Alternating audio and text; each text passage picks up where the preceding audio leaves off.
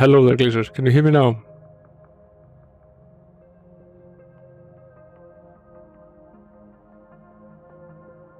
Okay. Sorry, I forgot to pull the microphone down.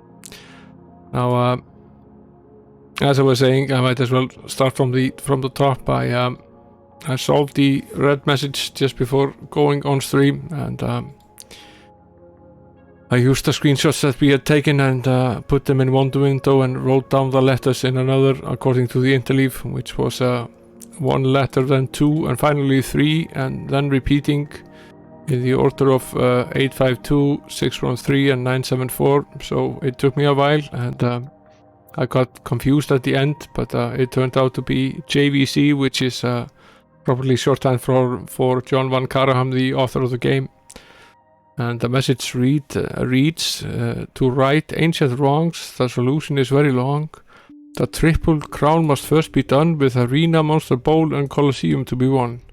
Now we've done this. We finished the green, yellow, red, and black barrel and won the triple crown in all of them. Then the message continues. Next, the party must split individually so that each may fulfill their personal destiny. Now we've done this. I assume they're talking about the class quests, and we've finished all of them for every member of the party, so they are all completed. And the message continues. Request an audience with the queen so that the chosen one can be seen. We've also finished this and gotten the main quest from the queen. Now it goes on. Travel through time with talons and orb. So this is news to us, because we knew we were going to have to take the talons, and we knew we would get them by getting the discs from the castle. We knew we would get the disc by getting the various objects from the castle's ground floors, but I figured that the talon would only be used to open the square cavern next to Middlegate, but that is apparently not the case. The orb is also required somehow in this time quest. Now the message continues. Save the dead king from destruction and get the password. Now the question is, how is it that we save the dead king from destruction? But I assume we will then get the password. And then the message concludes. Then visit the Lake Geometrics to find passage to that which must be hurriedly fixed. And it's signed JVC, which I assume stands for John Van Karaham. So it basically tells us how to finish the game. I have a feeling that this has to do with the palace. The palace is there in a previous time zone, which is the most likely explanation. If that is not the explanation, that is probably Castle Sabran. So yeah, I find that very likely as well. And the question is mainly where, i.e. in which map is it that we must fight this battle, and when in time is it that we need to fight it. Those are the two questions that remain unanswered. So we have some things to do before doing that. One of them is obviously the circus. So tonight's stream, the plan for tonight's stream is to finish up the circus and then move ahead with Hillstone dungeon level 2. I'm hoping that we can perhaps finish that, and perhaps if it goes well we might also try our hand at the final castle dungeon. The circus is not here right now. I'm going to rest here until it's day 1 and see if it magically appears before us. No, it's not here. Still says looks like the circus was here. Okay. Question is then, when is the circus here? I was hoping it would be now, but it's not. Let's resume. Get back here at a later date. We will. I think I will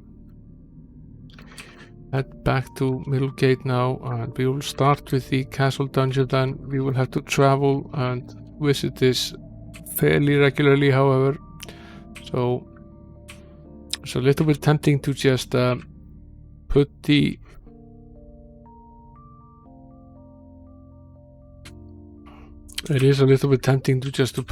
beacon right in front of the circus, and at least for now, so we can return to it. I would like to return to it every at least 10 days. So now we'll head over to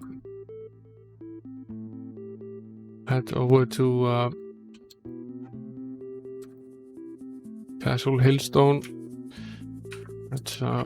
We need to remember where exactly that was.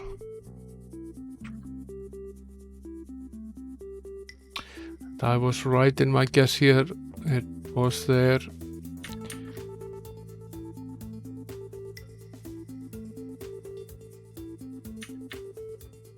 Yeah, there aren't all that many on Twitch, and welcome. Just we are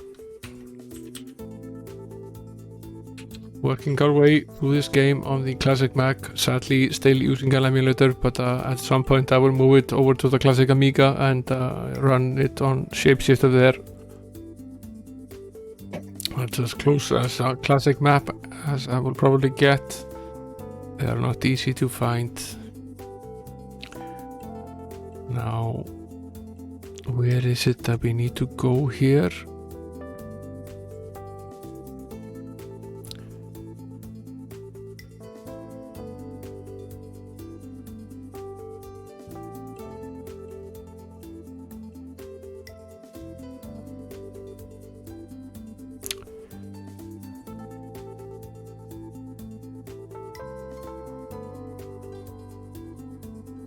It's 5-1 according to my notes, which is the way down.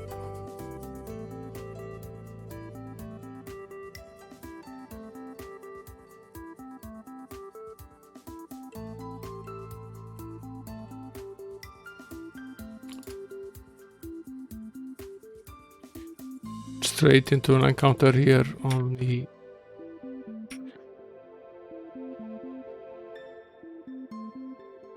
floor before reaching the dungeons. Let's finish this off first. Not give these acidic blocks many chances. Yeah, I ran Shapeshifter a lot on my Amiga at the time, and I have a very powerful A4000 with 128 megs of RAM and an 060, so I know it will be quite fast, and probably the fastest classic 68K Mac that you can actually get, since there never was an 060 classic Mac. They moved to PowerPC before the 060 was out.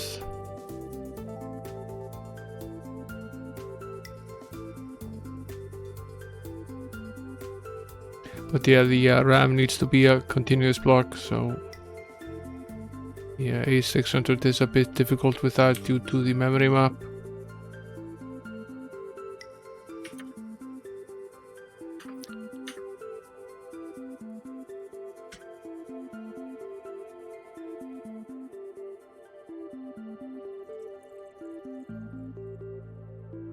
Says it's 5-1. Hello there, Longshanks. Welcome to the stream, dude. 5-1.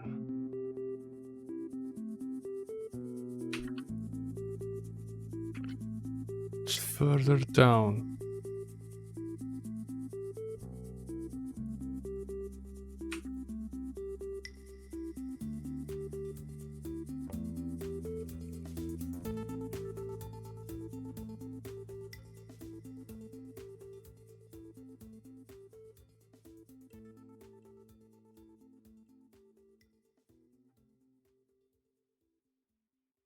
Doing pretty good, Longshanks. How are you?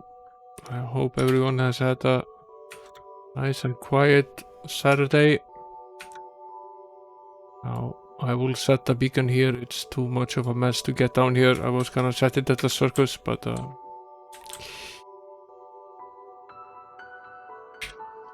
this was a bit too tricky. Let's put it here.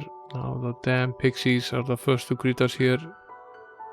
I will I refuse to fight the pixies. They are gem thieves.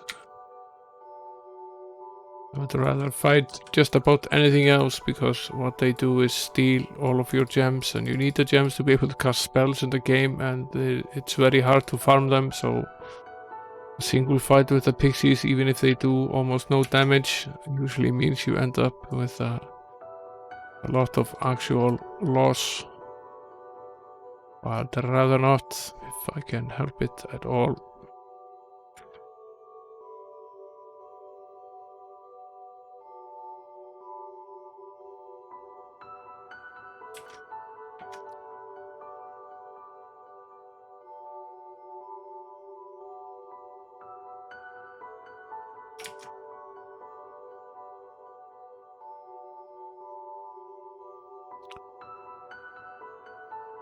I was going to start with the circus, but alas, the circus is still not there. We know where it is, but we don't know when it is.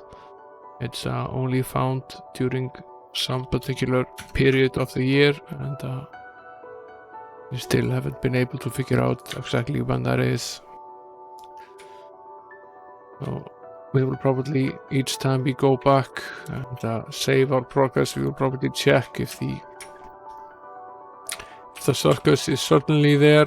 It has something to do with altering our abilities, the character's abilities, so we need to figure it out. Have most of the clues as to how to use it, but have not been able to use them because it's never there.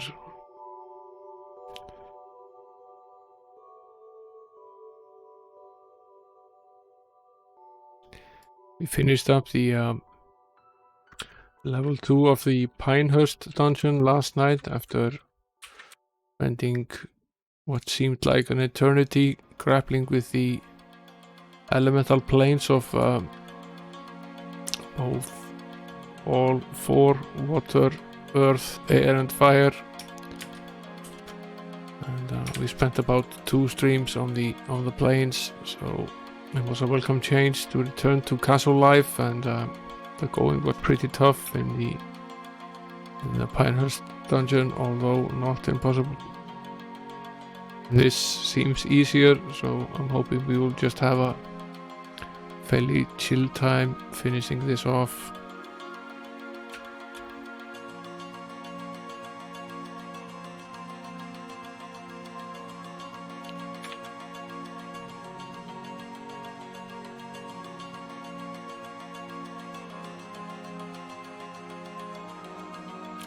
The Enchantress and her friends are here. That's unfortunate. I will use the Divine Intervention spell to bring us back here.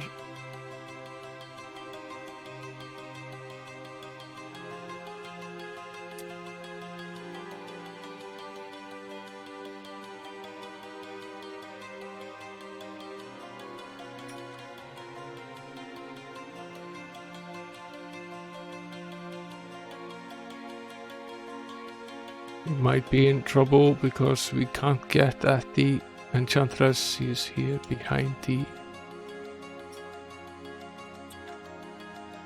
others. What we could potentially do is cast the Holy Word spell and get rid of the mummy. Help us a little bit, but we are in pretty bad shape nonetheless. Let's do that anyway. Let's get rid of the mummy here. I will bring the Enchantress to the front.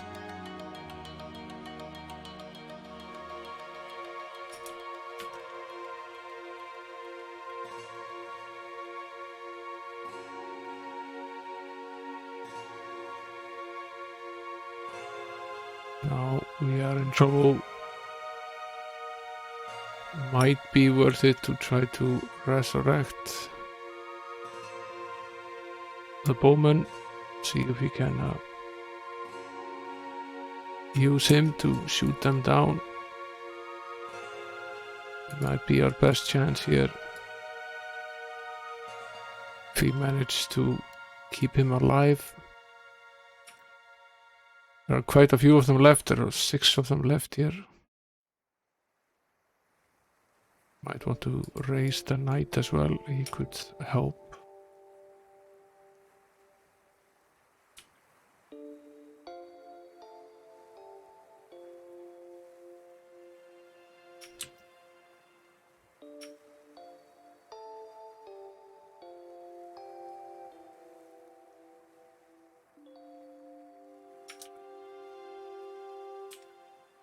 No, we didn't survive. It was very close, but we didn't survive. We got...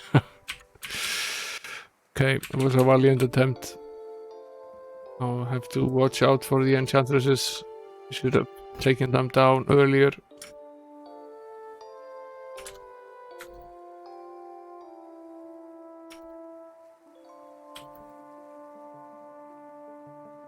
There's a shortcut here which leads directly to the dungeons. Which is welcome, so we don't have to struggle with this just as much. It's, we have to have this fight here. I think we can't avoid it.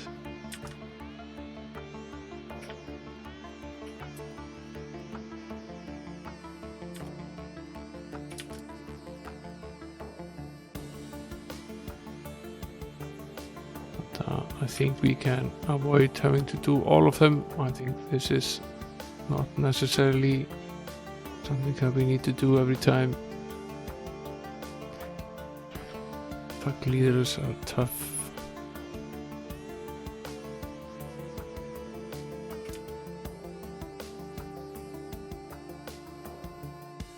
Use some of our magic on them. Make this slightly easier.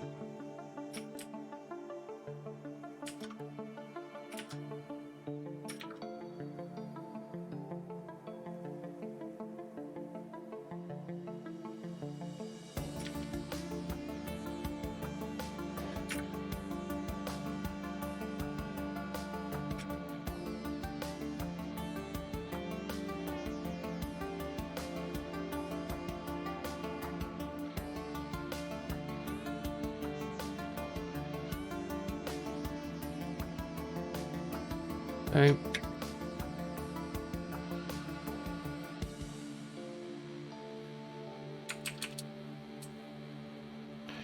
We are now in 8, so we need to go. Probably wise to go here.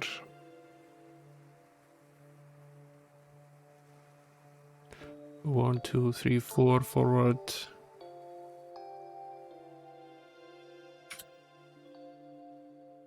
Then turn around here and go 2 in the other direction. Should place us at the stairs. I will use the beacon spell. It's very useful to return to a certain location, and we will start again with the passing here. Hopefully with better luck.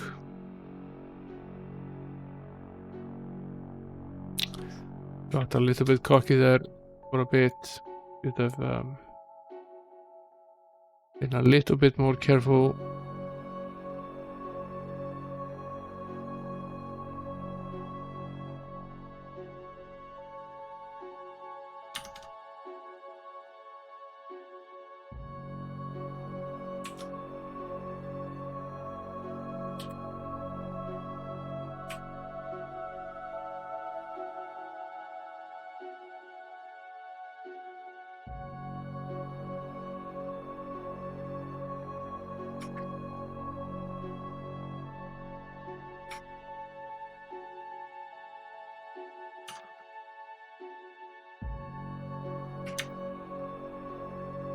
Usually we have good luck opening these doors. The robber is about close to 100%.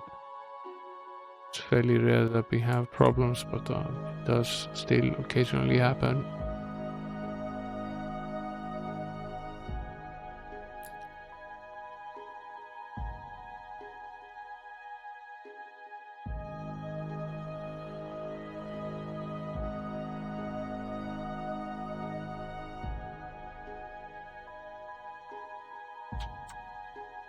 These are easy fights. I'm trying to avoid resting between each of them. Each time we rest, of course, time passes, and in addition to that, we also have to pay the hirelings. They are now charging, or rather Sir Hiron, the only hireling we have left, he's charging some 50,000 gold per day, so avoiding having to constantly rest helps with that.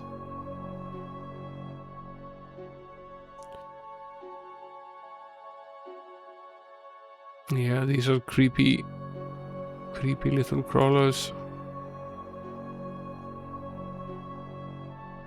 They managed to poison every one of us. And one of the mummies or stalkers managed to curse Sir Lancelot as well, so a bit of a fixing involved here.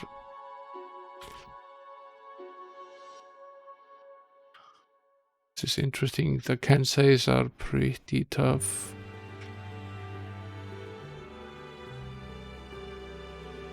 The rest of them are not. Use the Holy Word spell to get rid of the coffin creeps. Quite a few of the monsters will then just disappear. It will take some time to get the Kenseis down. Have to be smart about how we use our magic here.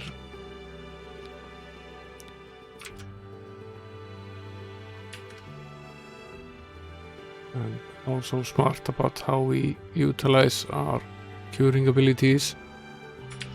It's going to be a rather tough fight, but not an impossible one, or I would hope not.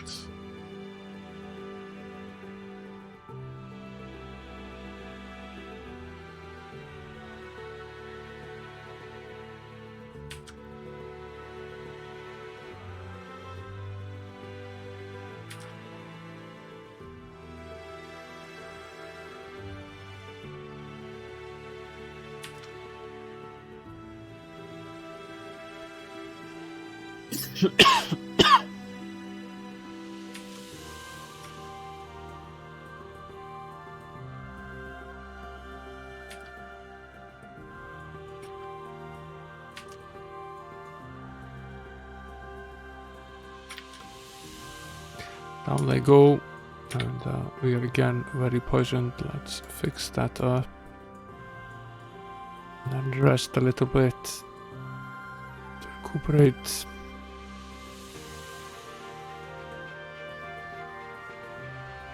We are almost out of spell points, and that is generally our problem these days. It's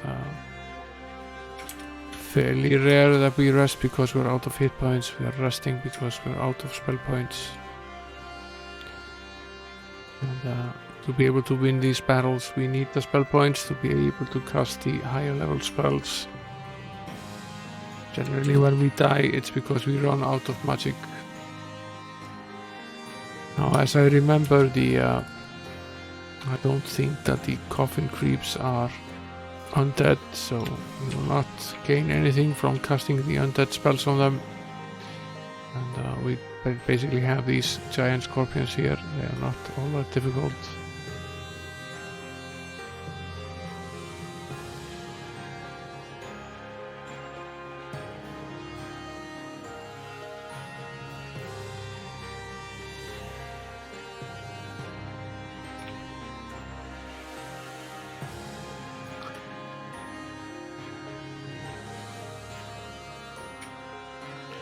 Okay, let's move on to the next room here.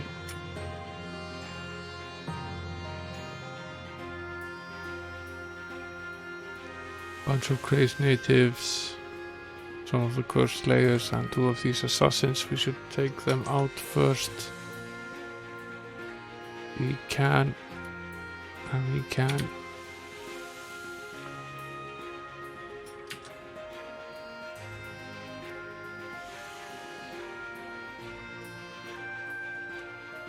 Now the problem with the Great Natives is that they frenzy, so they basically attack every party member. Sort of explosion, and then they die. So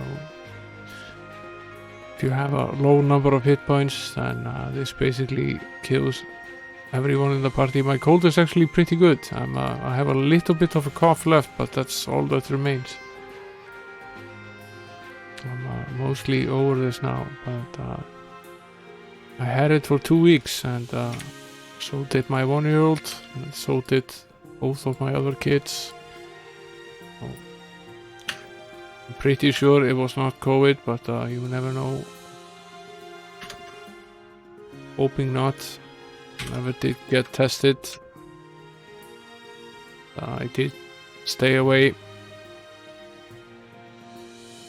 And I wore a mask, so it's probably all good. The writings of many symbols and languages are scrawled into an ancient glowing stone. Among the etchings you make out knowledge for a prize to those who will touch. You try. Now, there are many of these in the dungeons, and generally you are doing a trade between one character skill and another. It's usually not a one by one trade. So let's see what we can actually do here. I will set the beacon here in case this all goes horribly wrong, and we will travel to town and sell all the stuff we've accumulated here.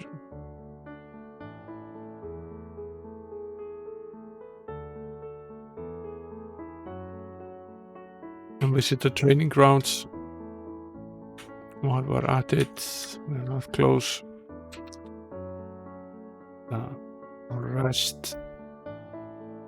Recast all of the protection spells. Save our progress here. And then we will return to exactly the same location again. And take another look at this. Now when they say knowledge, I assume they mean intellect, so let's take a look at the sorcerer, whose main job is to be intelligent. That is what derives her spell points. Let's take a screenshot of her current status, and we will drink from the fountain and check it out again. She's gained 3 intellect, and she's lost 5 endurance.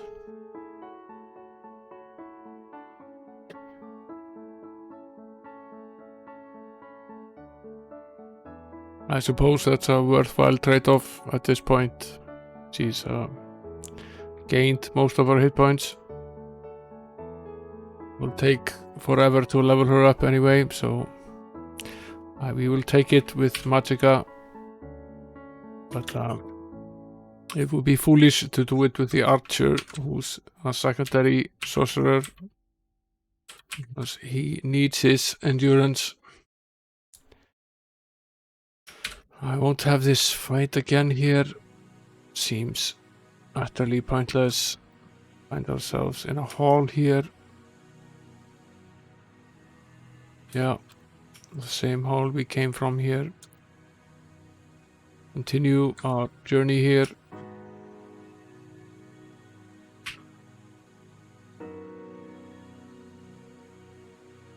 These are not particularly difficult to deal with. We will take 2 rounds here with the magic, and then we will quick fight the rest.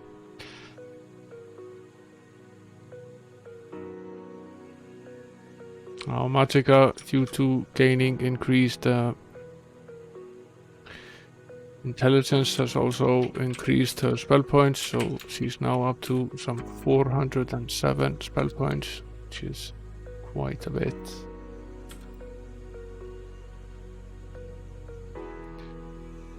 So that's potentially a very worthwhile trade-off. He's never been one to really gain a lot of hit points anyway. This is a pretty tough fight. I think we will it's either running away from it or attempting to use the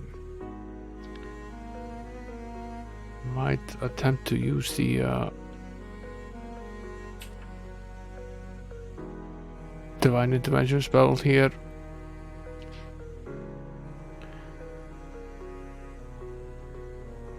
Now the Kronman trap is a difficult thing. It explodes, and if you don't manage to kill it before it does so, causes a great deal of damage. And possibly worst thing about that is that it's immune to everything but magical attacks, so it is in fact very hard to kill before it goes off.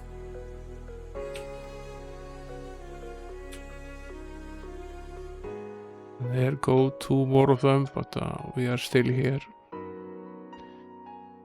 So we made it through, but at the age of the caster, we are now 57 years old.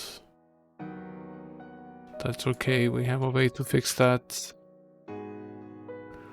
We have already found the Fountain of Youth, and all we need to do to use it is to fight a little.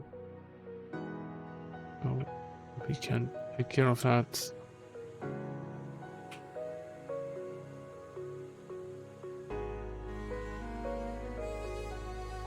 This one is easier.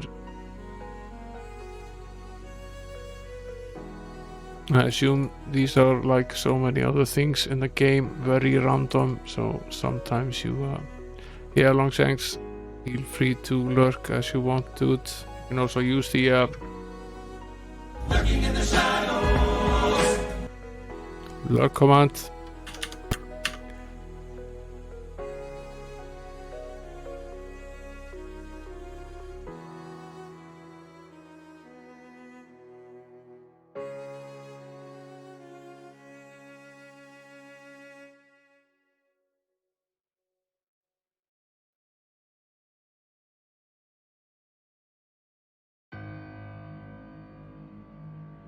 Let's see. We fixed all the poison, and I think we should continue without resting, taking at least one more room before heading back. It's now day 2. I would like to check if the circus is there. Bunch of hunchbacks, and we're not even in the Notre Dame.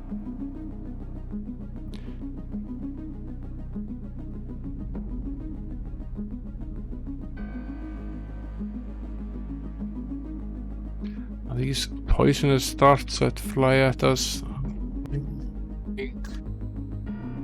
keep ending up poisoned. There isn't really a way to do this for every member, so you have to do it manually each time.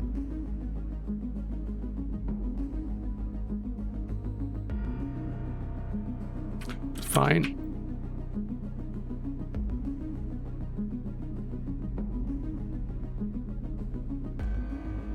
Nothing in here, so basically leaves only this room here, which I assume is secret.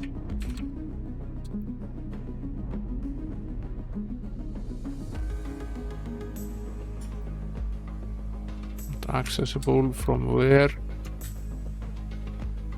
Here. It's accessible from here.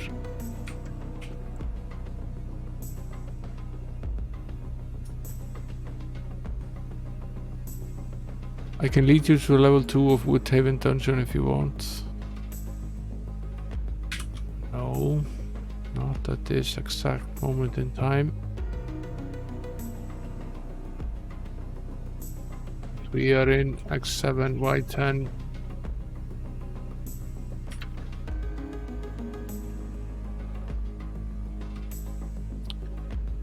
Okay, we know what's here. We've done maybe a fifth so far. Let's head back to Middlegate. We'll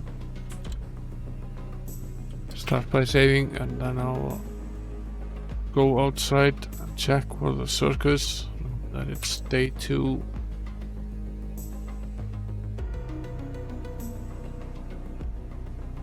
Looks like the circus was here. Yeah, we know it was here. We don't know when it is there. It's obviously not in day 2. Sell some of this stuff since we're here anyway. And then we'll rest here, recast the protection spells.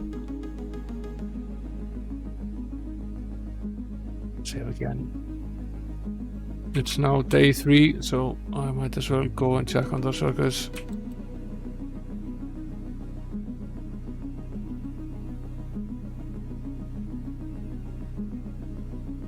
It's not here.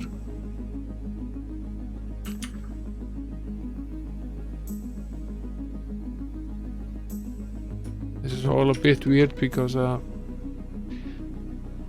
moon phase is 30 days, so potentially you would think it's on a equal day 1 or 30 or 60 or 90 and so on, but we still haven't been able to be there at the exact right time.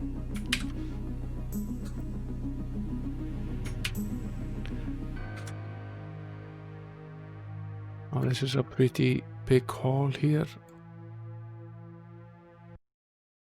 Lots of crazed natives.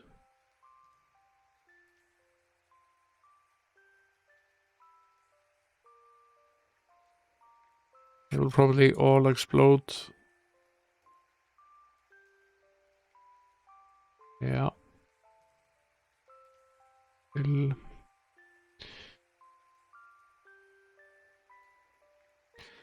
We are well protected, we will be fine. The protection from magic spell at this level of the characters has gotten so powerful that we remove at least half of the damage, and then the armor that we are wearing removes half or more of the remainder, so in fact we are only getting hit with maybe 1/4 of the actual attack. Now, I noticed down below there that we have multiple court jesters. They are a massive pain in the ass, so focus on trying to take them down.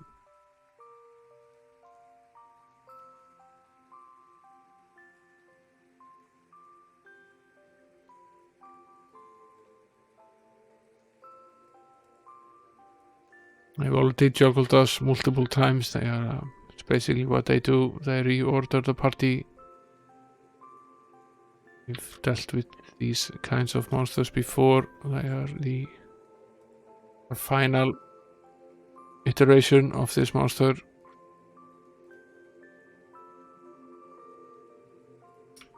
Largely immune to magic and with quite a few hit points. Down they go. To fix this poison condition here again.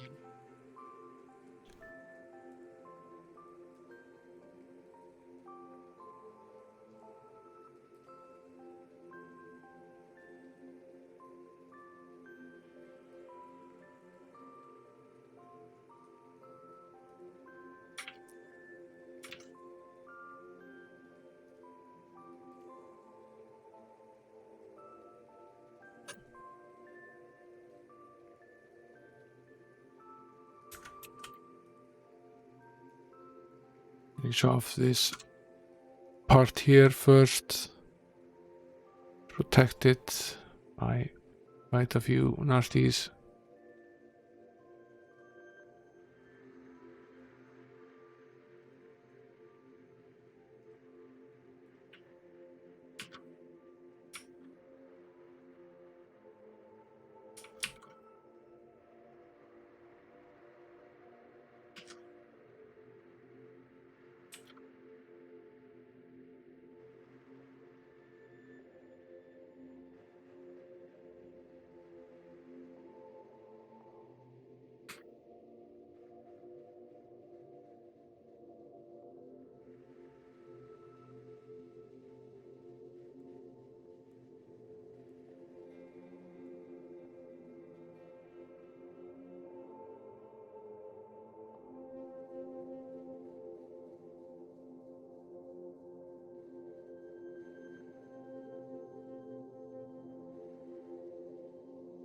Lots of these giant scorpions, but they are not that hard for us at this point.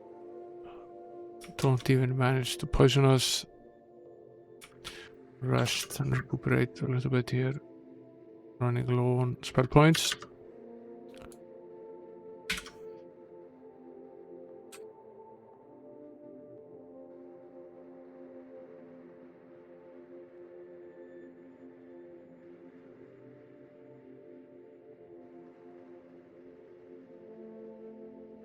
$50 minor demons. Try to get these druids out of the way here first. Take down as many of the minor demons as we can here.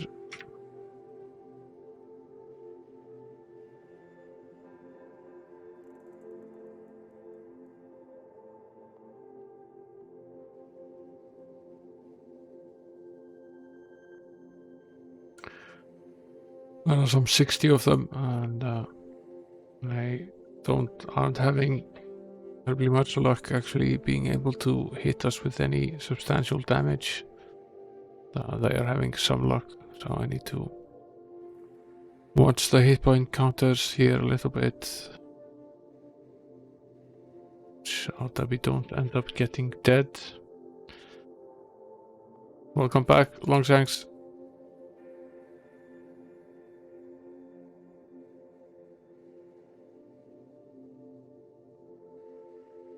There isn't really an unlurk, there is just a lurk.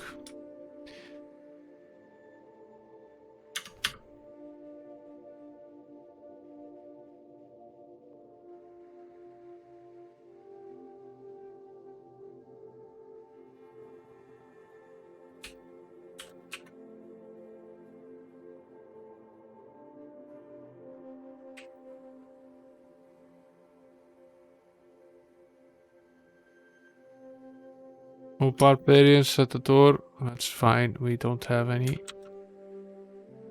I'll start by accessing this hidden part here. Quite a bit of it. A maze-like format. Game really likes the mazes.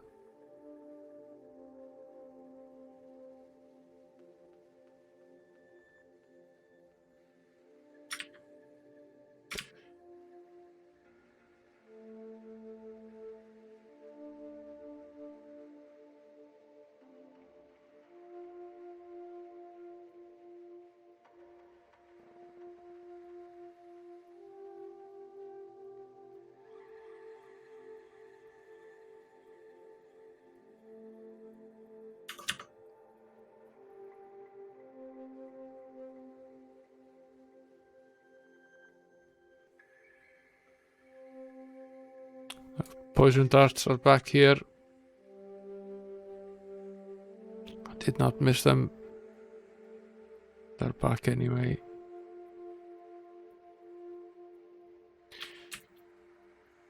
We really should rest. Unsafe not to do so. See about the rest here.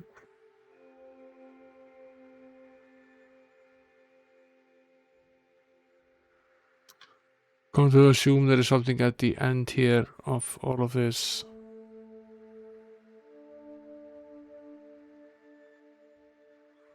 Dealing with the thug leaders again, they're tough. They have this habit of being able to knock the characters unconscious with a single blow. Does not help that they are poisoned as well, which means that restoring them is more difficult than it would otherwise be. Quite a few of these thug leaders left here. See how we do.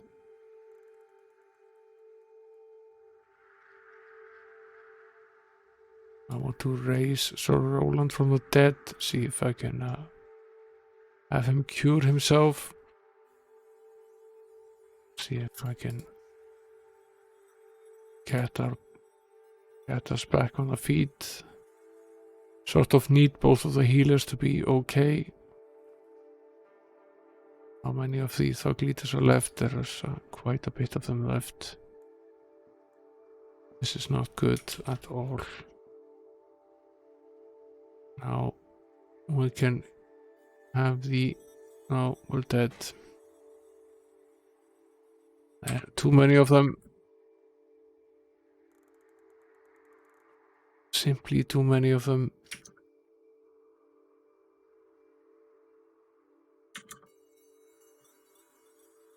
And not at the front either, or at the back, which makes it more difficult to deal with.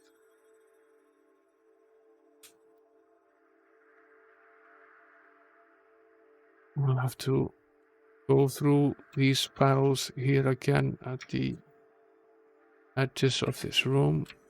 There are two of them here.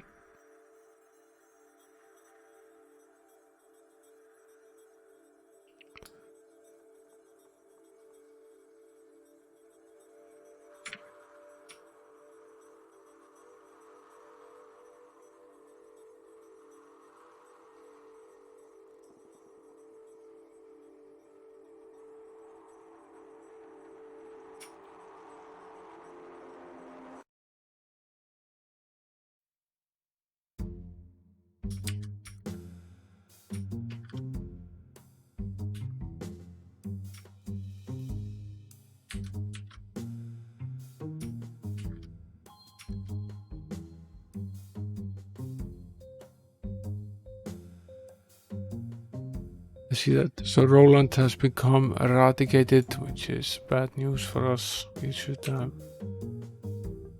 finish up the fight here on the other side and then return.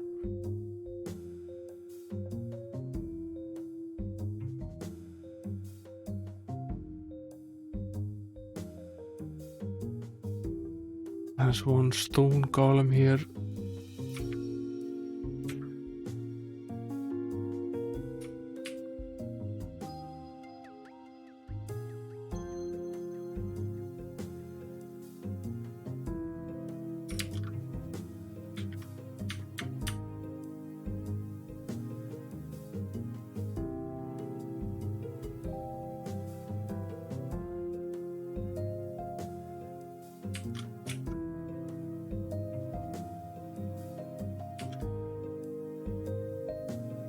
As I knew, the stone golem is probably going to be the last one standing. He's one of the monsters that is very immune to all sorts of attacks. Doesn't have all that many hit points, but he has a very high armor class, so he takes forever to get down.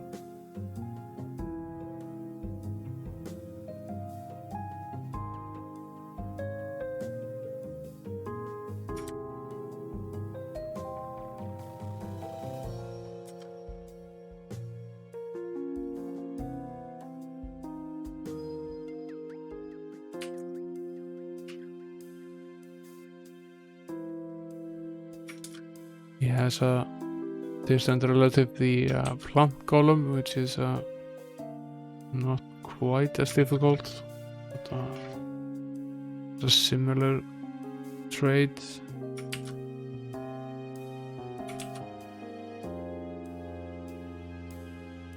eventually it does go down.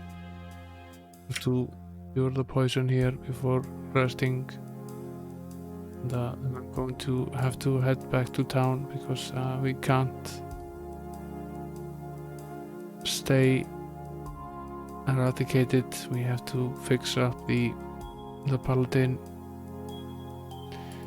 Can't go into a battle without the paladin. That's a bad idea. At least not one of the ones that we have left. So I will rest now and cast the town portal spell.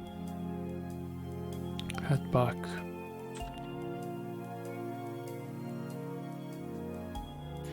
Now we have a defense ring +7 here, which we might potentially use somewhere.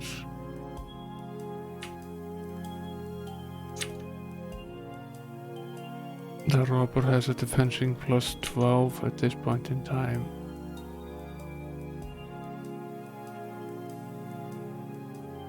Actually might be better than this. Let's see.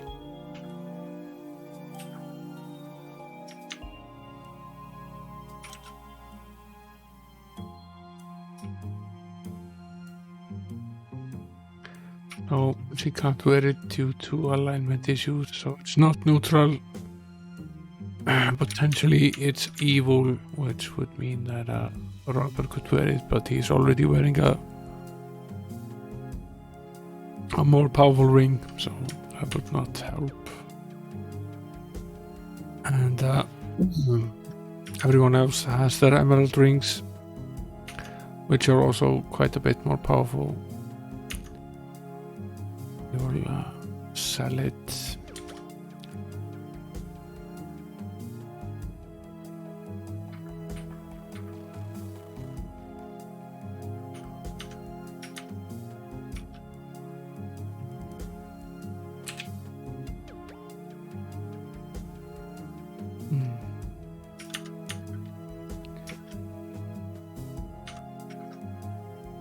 This is what I wanted to do. Sell this ring here.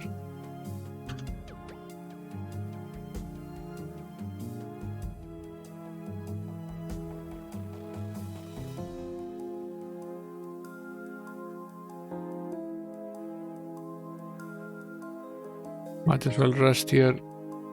Save.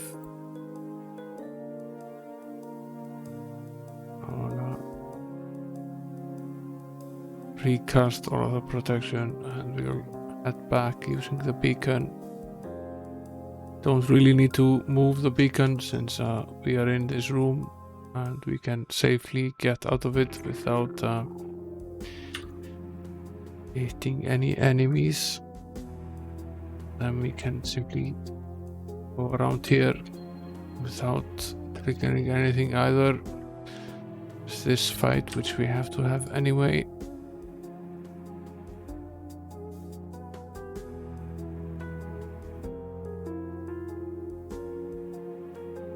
I might start with a hidden room now, since it was a bit more difficult than the rest. Then go finish the others.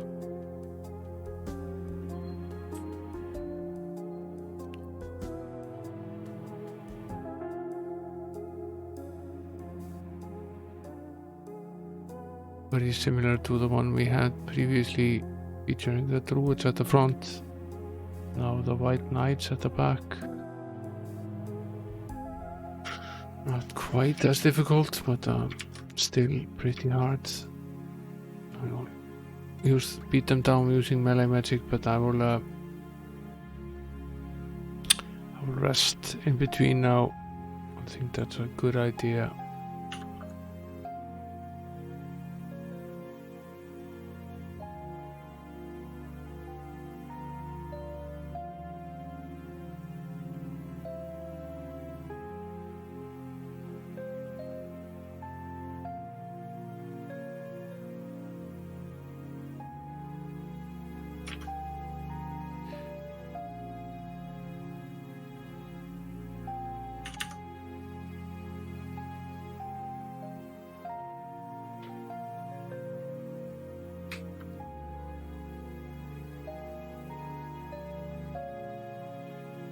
trolls in the dungeon.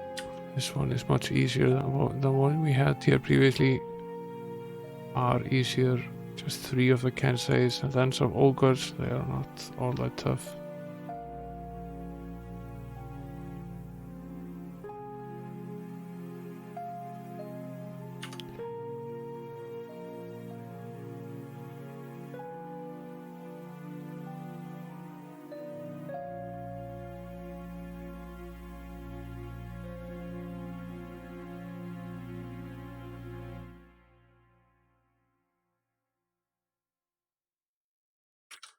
If we'll rest anyway, I won't risk running into a fight that we could have won but didn't because we were slightly weakened. It's a good idea.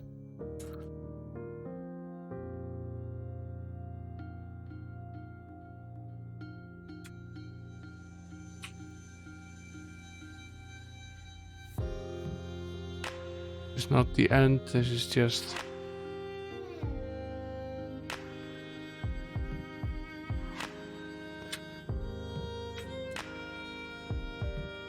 our friend John, the programmer of the game, is very fond of these the map exercises here. He likes these long winding maze-like corridors.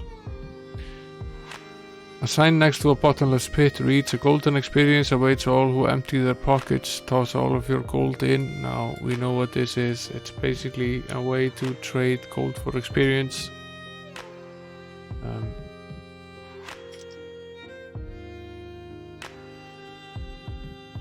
Which sounds like a good idea, but we need to be able to pay the hirelings, and in addition to that, we now need something like 3 million points to level up, so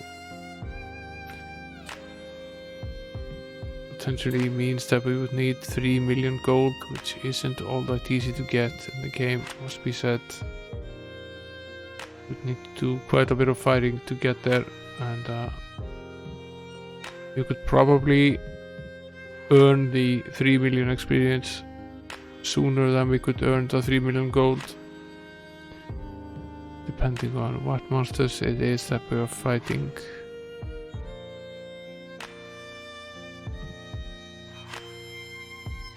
This was easy enough.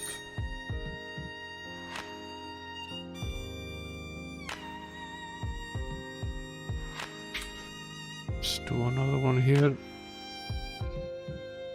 This one is also easy, but potentially we will have to rest after this one because the druids will cast a silence spell and they will eventually silence all of us.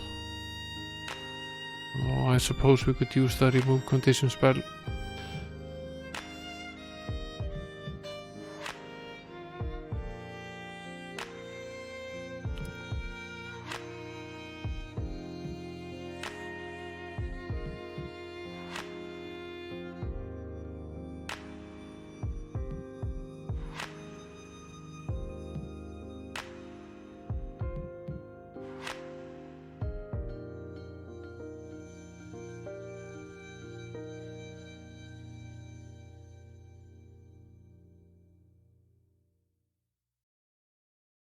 This silence spell is basically the only move that the druid has. It has no other way of causing you any harm, so they're on their own like this. They are mostly harmless. But we have to rest because we were silenced, so we couldn't even cast a remove spell.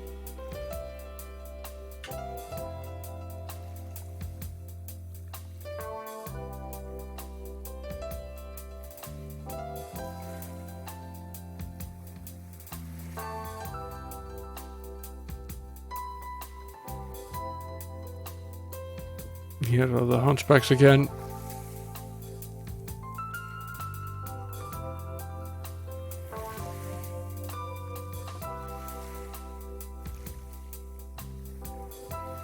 I had a hunch they would be back, as they would say.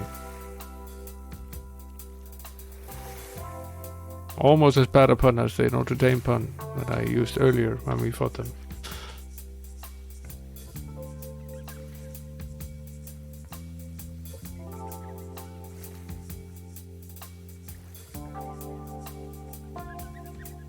They die pretty peacefully here.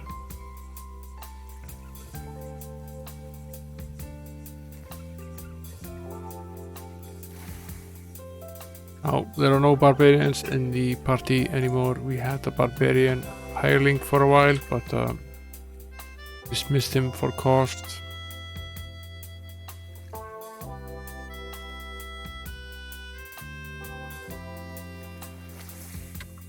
I remember some of the Hunchback games on the Commodore 64. Not necessarily Hunchback at the Olympics. I might not have played that. What I will do now, I will return. I want to set the beacon right here in the center, and we will go back and sell some of this stuff.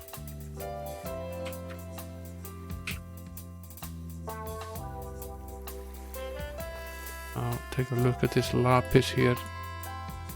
It's a might plus 15 for the barbarian. I will, as I've done in the game on a pretty consistent basis, just add a hireling from that particular class, give him the item,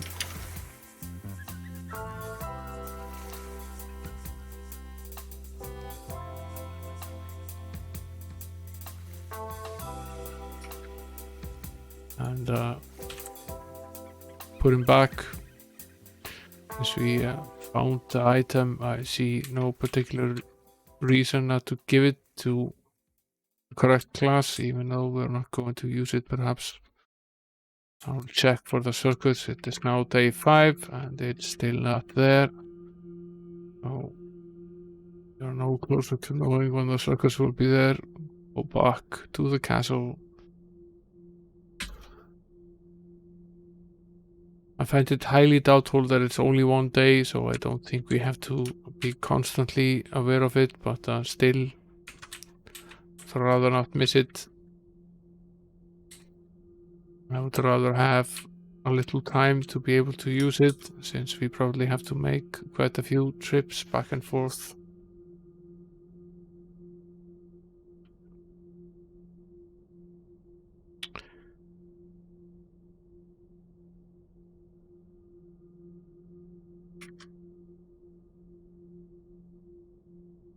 I have a feeling we are not going to be able to do much about the crazed natives. They will frenzy here, take quite a few hit points from us, but not enough to kill us.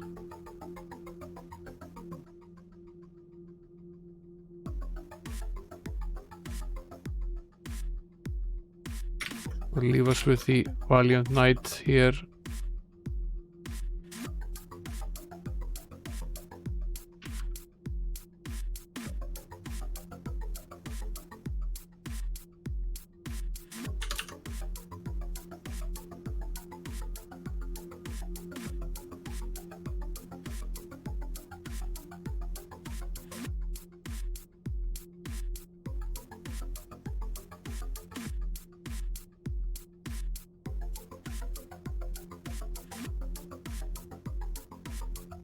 After we've done with this level 2 dungeon, only one of the level 2 dungeons remains.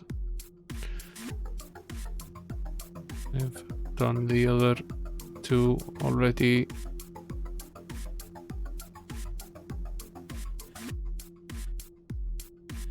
Once that is done, we've finished every cavern in this particular time in the game, except for the final one.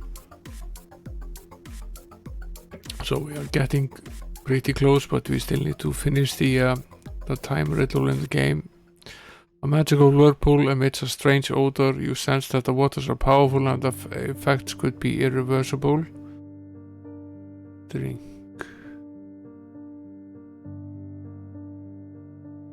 Why is the IR parentheses?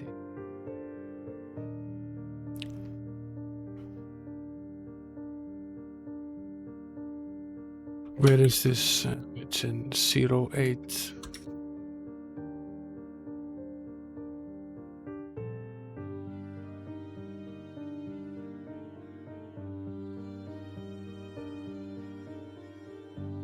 Don't know what it does, so what we'll do is set the beacon right here and travel back to town, save the game.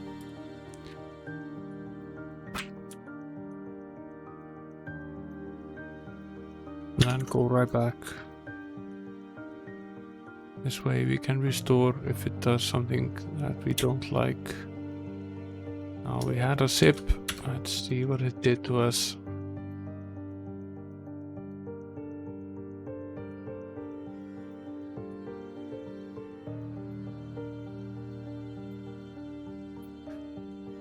We did not gain any hit points.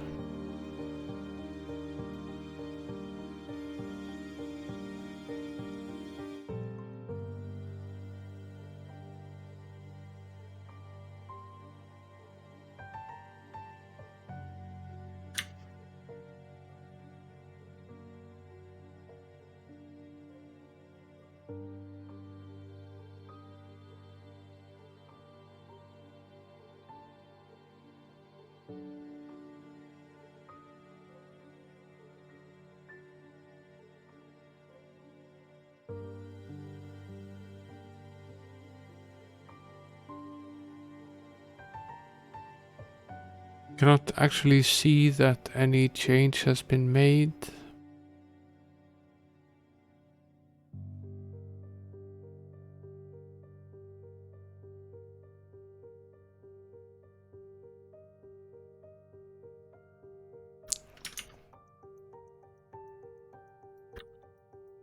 Looking at magic of the spell, her might is the same, the intellect is the same, the personality is the same, the endurance is the same, the speed is the same, the accuracy is the same, and the luck is the same. Did not alter her experience, it did not change any of the spell points, nor did it change the hit points. She's the same level, the same spell level, she has the same armor class. She's male. Interesting. Everyone in the party is now male. Turned everyone to male. Okay. That's not necessarily something we want, so let's go back. At least we know what it does. Took me a while to notice that. Go right back to where we were.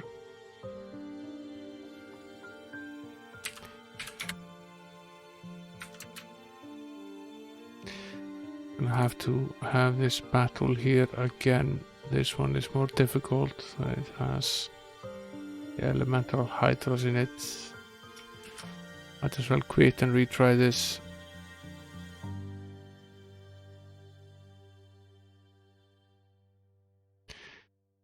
Unlikely that we will face this difficult of a battle at the door again. And perhaps we can also just skip it since we already had it. Might as well just teleport here into the next room. 1, 2, 3 squares.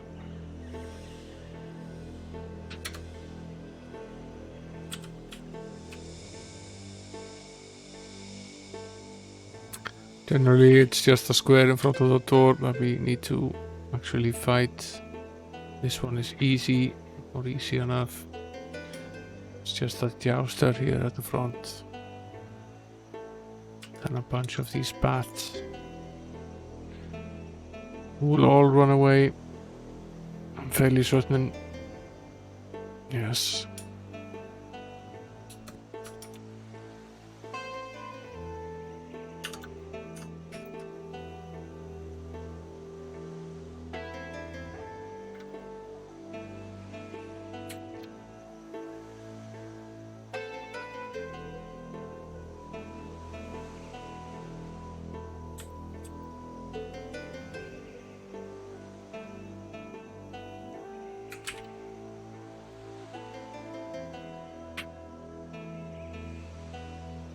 At least the seductress is at the top, but yeah, we also have the druids there at the bottom. That's not good. We need to take them out. I'll start with the seductress. We need to wipe her out first. Got rid of the druid. Where did the other seductress go? Did she die with a spell? Potentially she did.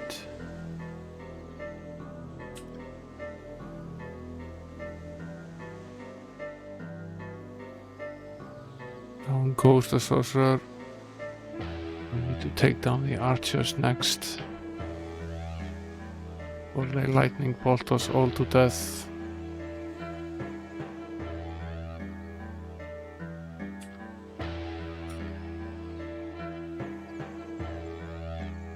Down goes the archer, that leaves the crossbowmen. Continue using magic to get them down.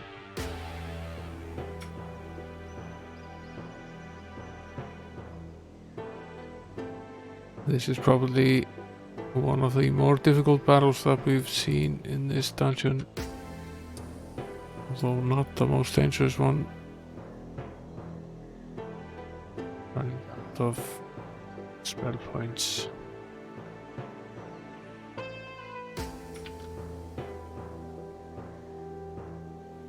Though William Tell is pretty well suited still. Down they go.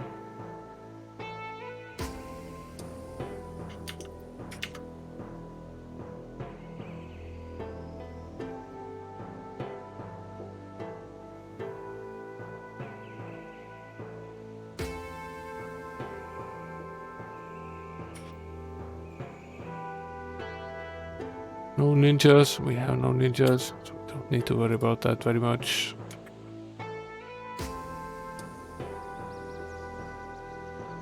Spider bugs and a lost soul, we should start by taking him down.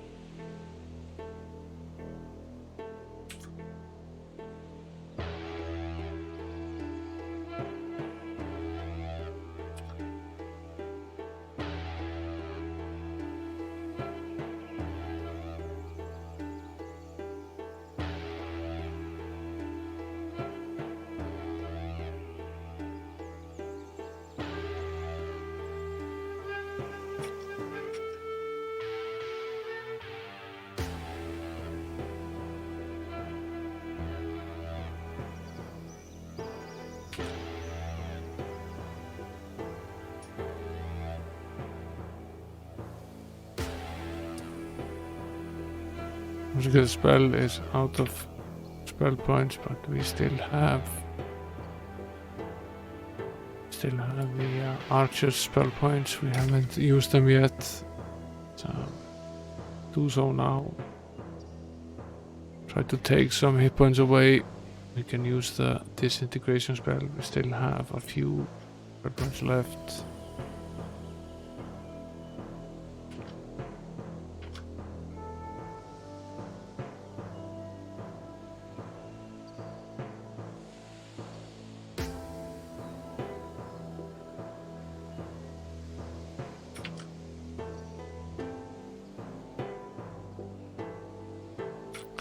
Bugs certainly have a lot of hit points. They take a fair amount of time to take down.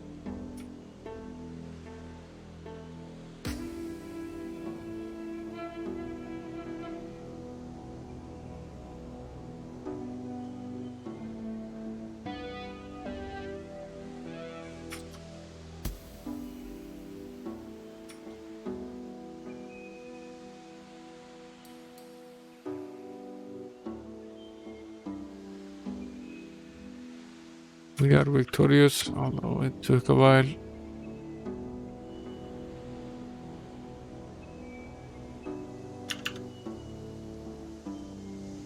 This one was pretty tough.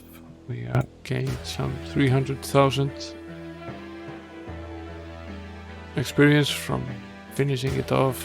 We found a ruby amulet which we can give to the ninja hireling.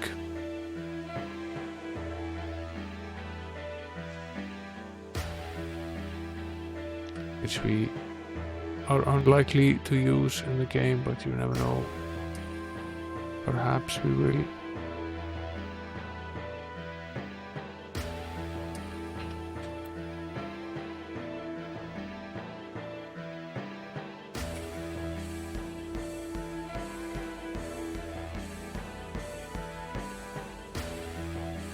I'm going to try to finish these 2 doors here and then head back.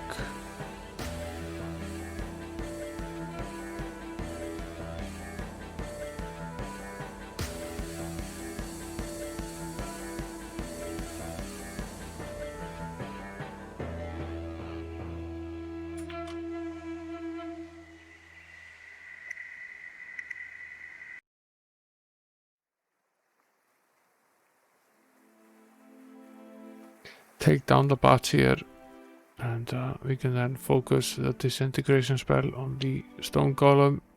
We need to take him down using that spell. It's basically the only spell that works well with him, or at all.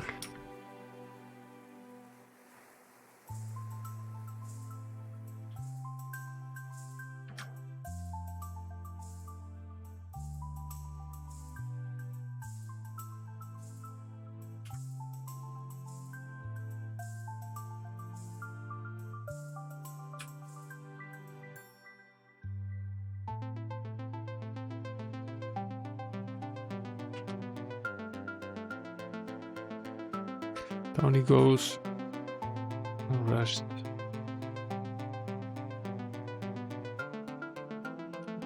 Got to cure the poison before resting.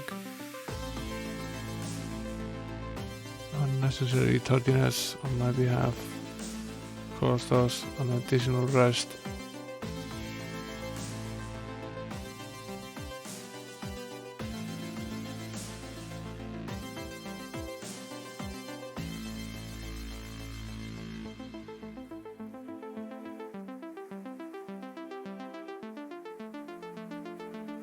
Now, as it is in the game, we are barely keeping the gold that we have, having paid the hirelings, or hireling rather, singular. We're not losing money like we were for a while.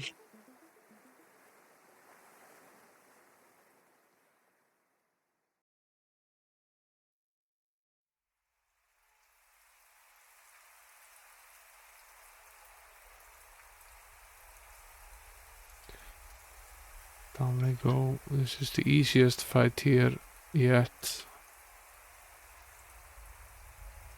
Potentially also a little bit of a hidden area there.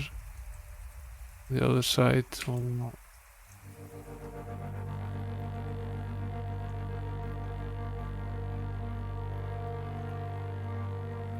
One has to wonder how to access it. Perhaps just simplest to teleport directly into it. Of course, we end up in a fight here.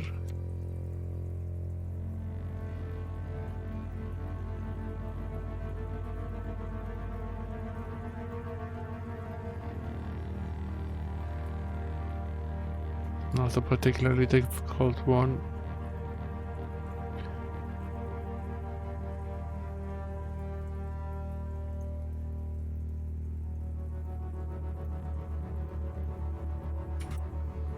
I'm running out of space here.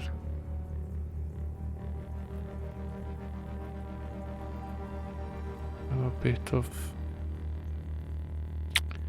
few fairly crap items which we will just draw. So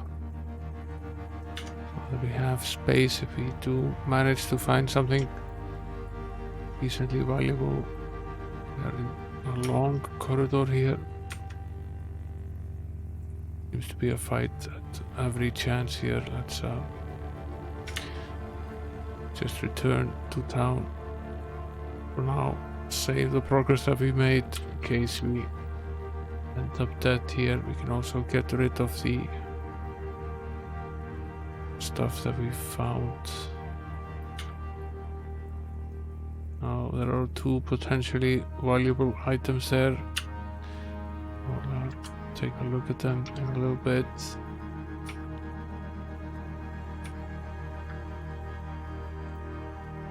We found this as well here. This. But it's now the energy blade here is interesting. So is the S chainmail plus 10. And the ruby amulet we want to give to the ninja, and then we have a regular helm plus 12, which is a pretty nifty item. Let's see about this S chainmail here. Whether it's I'm almost certain that it is alignment limited. So we can't use it with every alignment.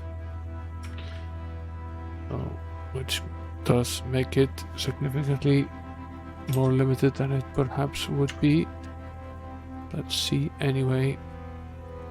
I have a plus 7 here, so this would be an improvement if we can use it. No, we cannot. The cleric is good. The archer is already wearing a golden ringmail, which is a much better armor, so we have no use for this at this time.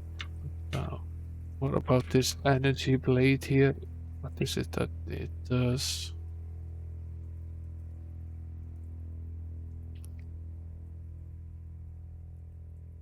It's a plus 4 item.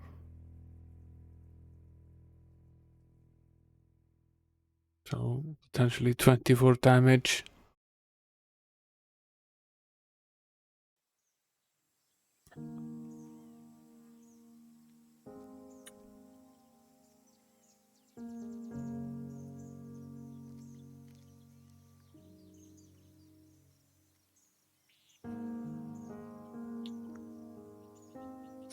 It is potentially a better weapon. The flaming sword, and we can wear it.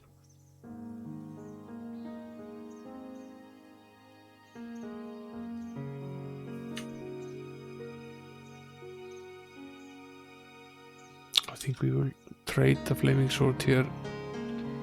Sell it.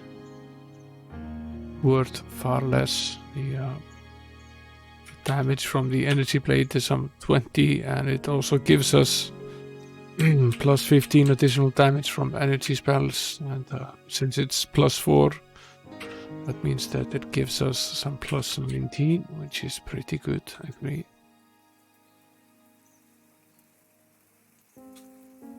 Let's visit the circus here. Still not here. It's day 8 and it's still not here, so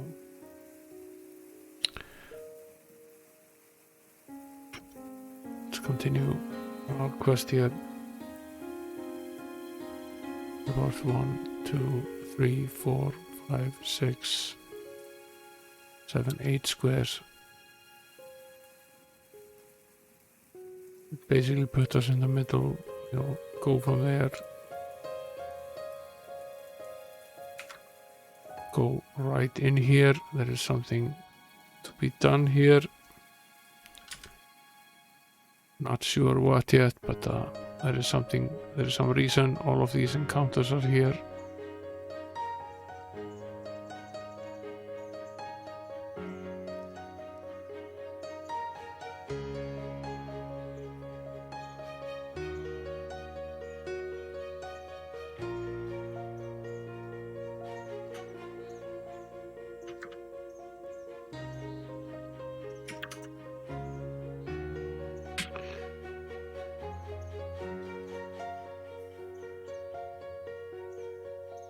Lots of druids there at the bottom.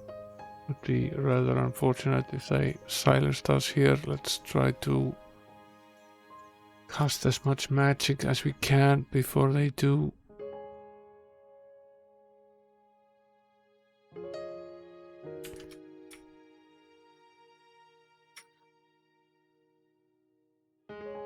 I managed to cast some silence. They aren't 100% effective at this stage in the game, so we have the option of using remove condition here, which would help.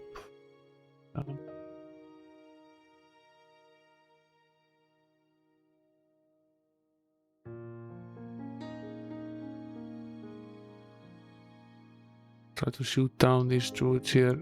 We have another bout of the dancing sword. There are now what? 6 of them left or so. Some of them will also run away, so let's see if we manage. Yeah, still good. Let's remove it from William Tell. And, from the Ink Panther for the Happener. Isn't a spellcaster, but I'll remove it anyway.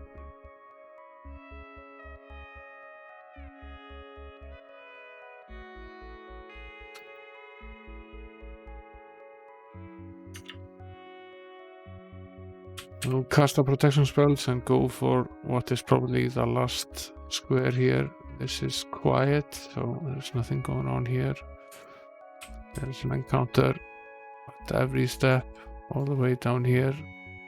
This one is actually quite difficult. There are some 13 element hydras here and an ethereal being. This is quite tough. Yeah, potentially very dead here. Let's see whether we have any chance.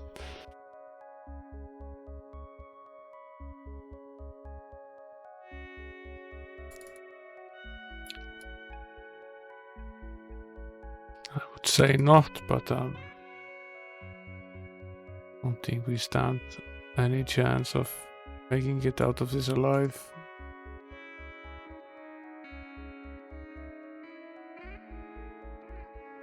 There are simply too many of them here for us to make it out. We're never going to be able to kill them before they kill us. They are dead here. Let's try this one again.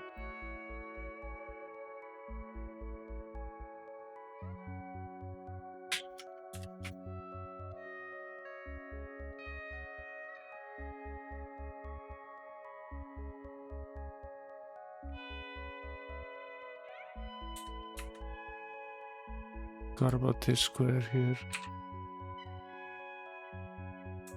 Let's go straight here. Have these fights in order.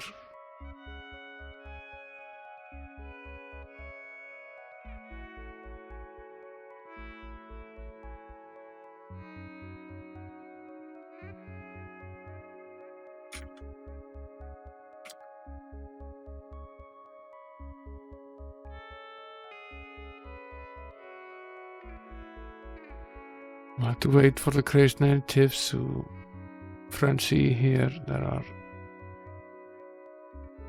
some 25 of them left here.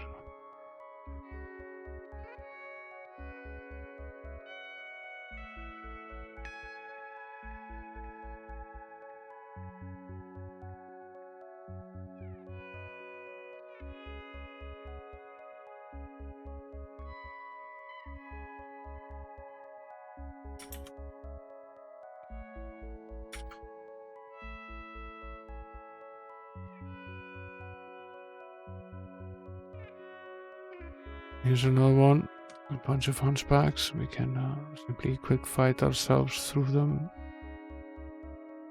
Shouldn't really lose any hit points, if any. Lost something like 10 hit points. We won't worry about that. We'll go straight to the next one. Now there are 4 elemental hydras. This is doable but difficult. But not perhaps in this way.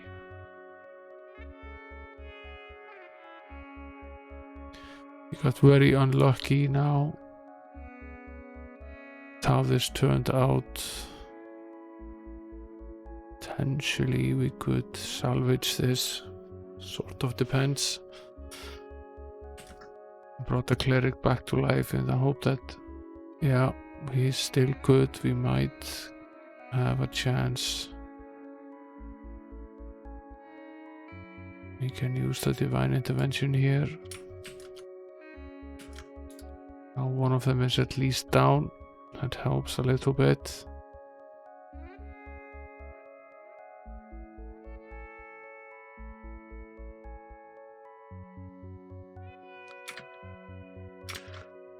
I was hoping I would take another one down, but we weren't that lucky.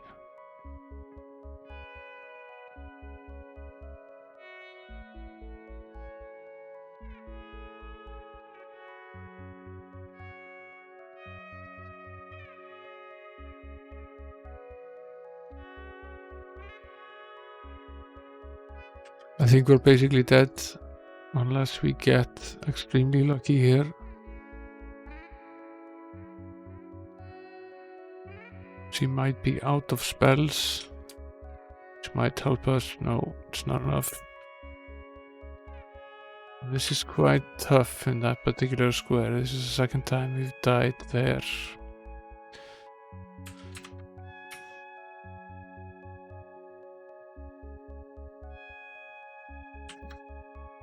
There's probably something down there at the bottom which is desirable.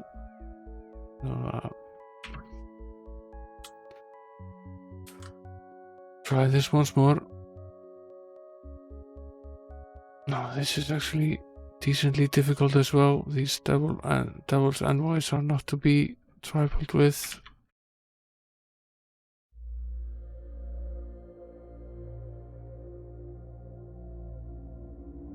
Get rid of these wraths here.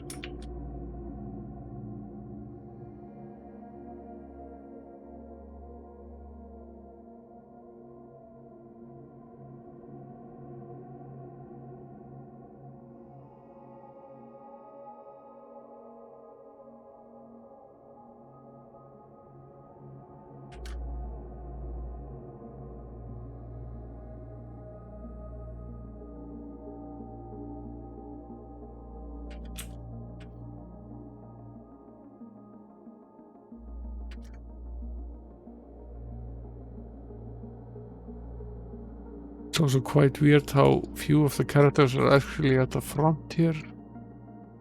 It's very weird. There is only basically Sir Lancelot. So many of the frontline melee fighters were pretty much useless. We've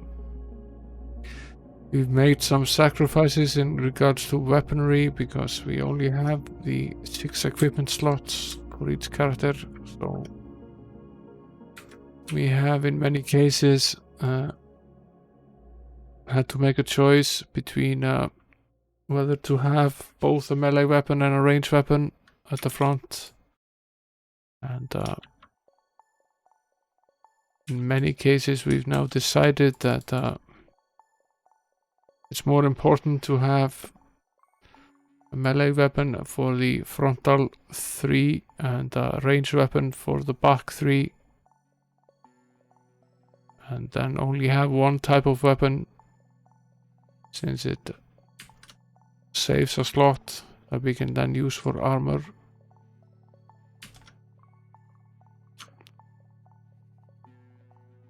Now the sorceress is down here, it's just a bunch of scorpions. And that also means, of course, that if we end up in a situation like this, the front 2 characters, Sir Roland and Sir Hiram, don't actually have a ranged weapon, so if they aren't at the front of the battle, they basically have only one option they can block, so they can't cause any damage, which slows down the fighting quite a bit.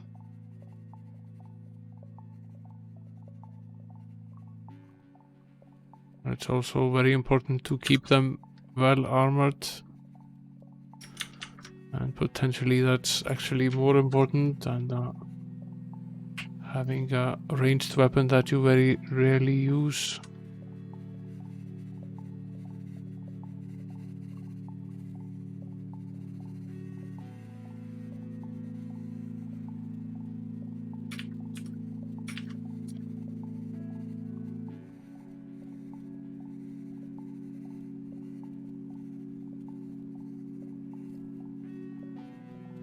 Our friends the killer bees are here. Can't say I miss them very much. They are a pain in the ass.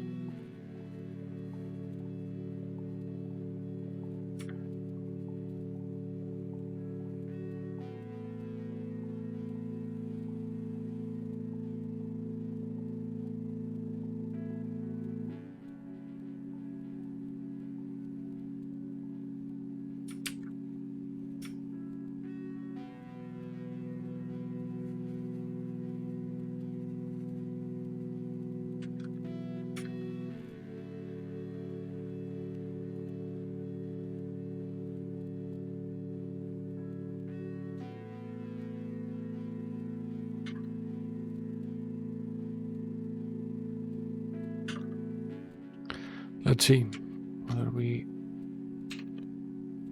make it through all of these. This one is difficult. A great deal of the devil's envoys down there at the bottom. So many of them, in fact 14 of them. It seems like a humongous amount.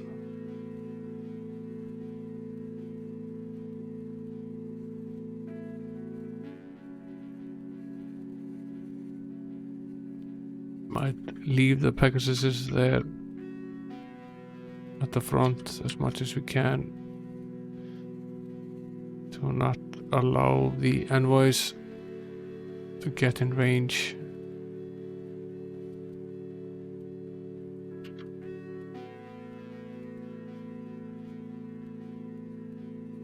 Or at some point we will have to kill them.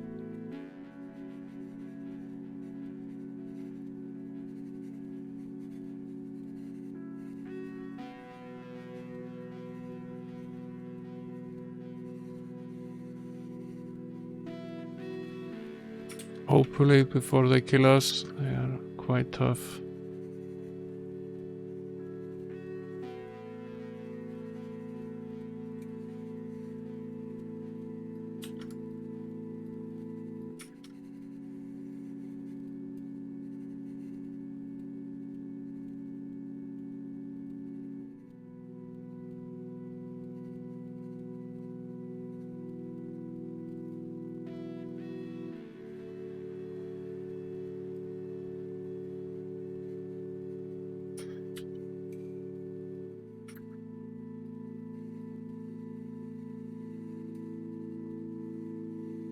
We need to start curing, see whether we can cure ourselves out of this. They cause a lot of damage every turn.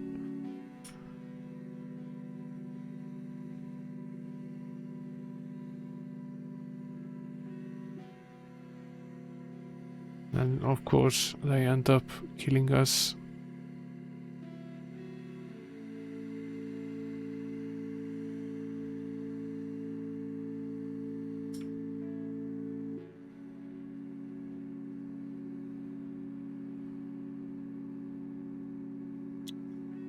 We still have the option of, we haven't used our divine intervention here.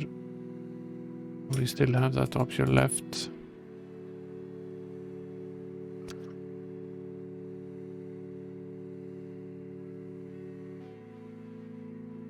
This is a tough fight here.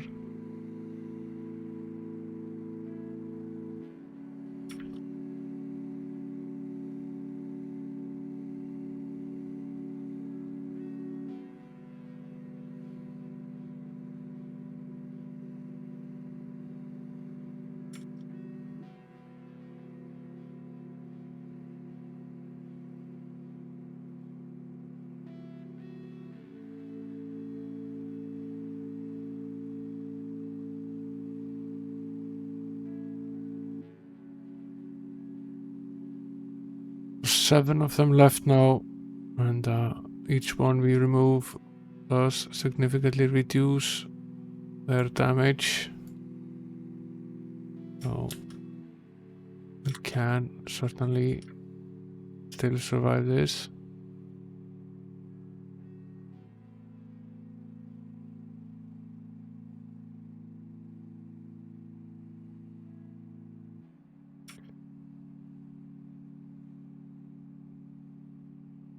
It's tempting to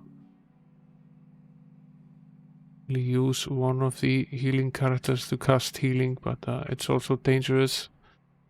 It runs the chance of a character being killed, which is potentially very bad for us at this point.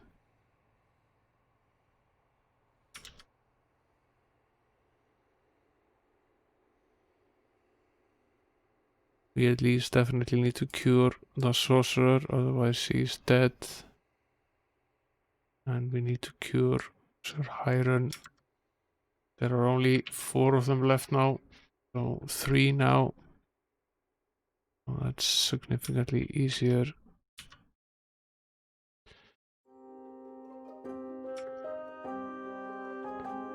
We get 1 more down, that would help quite a bit. Yeah, 1 more down.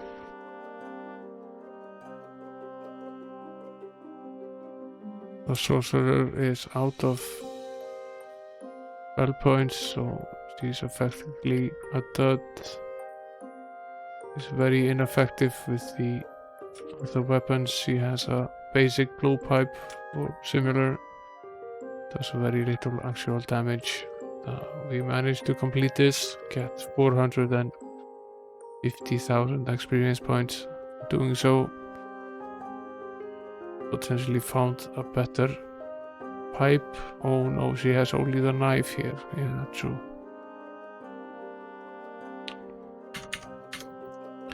Forgot that we made a trade there. We used a magical item that could be both a weapon and increase luck, which is sometimes useful, but also potentially dangerous. How much should we bet that there is an additional counter here in front of us? Yes, there is, but it's an easy one. Seems that the one that we had there at the back was the most difficult one.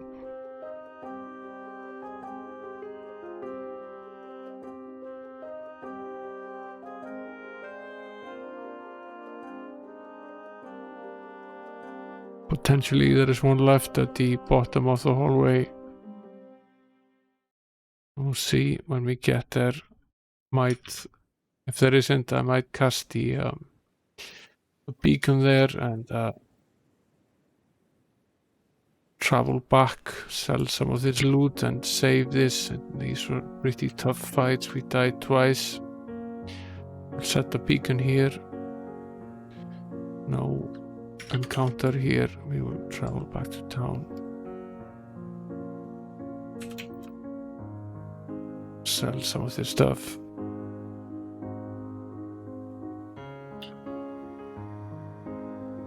The ruby amulet was for the ninja, as I remember. To find a ninja here. Harakiri was a ninja.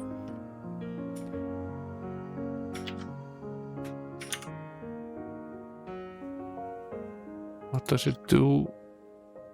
It increases luck quite significantly. Now the ninja is an interesting character in the Might and Magic games. There are various of these mixed character classes in the games, and this is one of the more interesting ones. It's a mix between a fighter and a thief.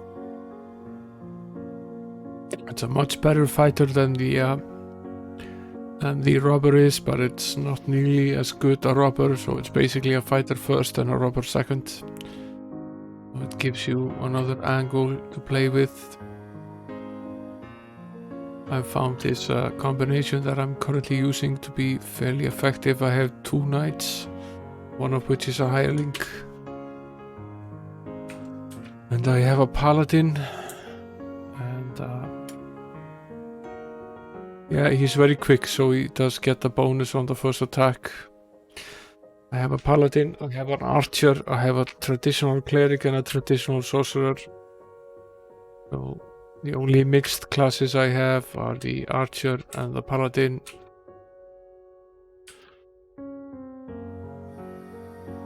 These are all mostly undead here, except for the windmares. I'm gonna perhaps focus on them with their spells here, and then focus the holy word spell to get rid of the undead. That removed quite a few of them. Oh, I keep forgetting that the cursed slayer is not undead, he's just cursed. Oh. The windmare is mostly harmless at this point, but what she does is cast a sleep spell.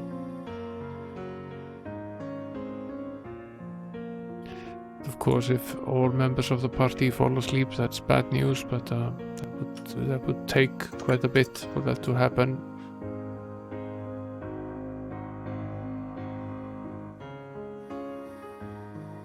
At this point in the game, we are decently well protected from the basic spells, so they generally don't harm us very much. This seems to be fairly similar to the first hallway. These are just a bunch of encounters here. 2 element hydras here at the top and 2 pyro hydras here. The element hydras are quite difficult.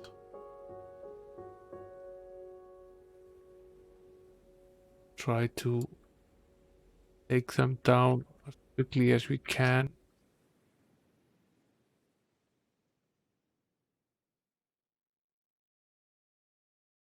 And they're also tougher to fight on the outside since we don't have access to things like the Moonray spell, which would be very beneficial here right now.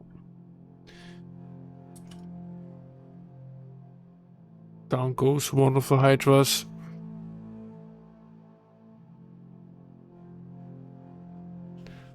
Try to cure up the sorcerer, as well as the archer.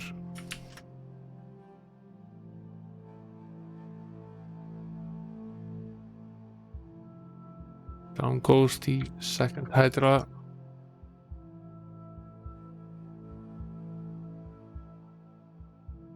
Now the giant scorpions, even if there are 40 of them, aren't all that difficult. We do need to do a little bit of healing here. Roland is in a pretty bad state here. We will fix him up at least before fighting the rest of them.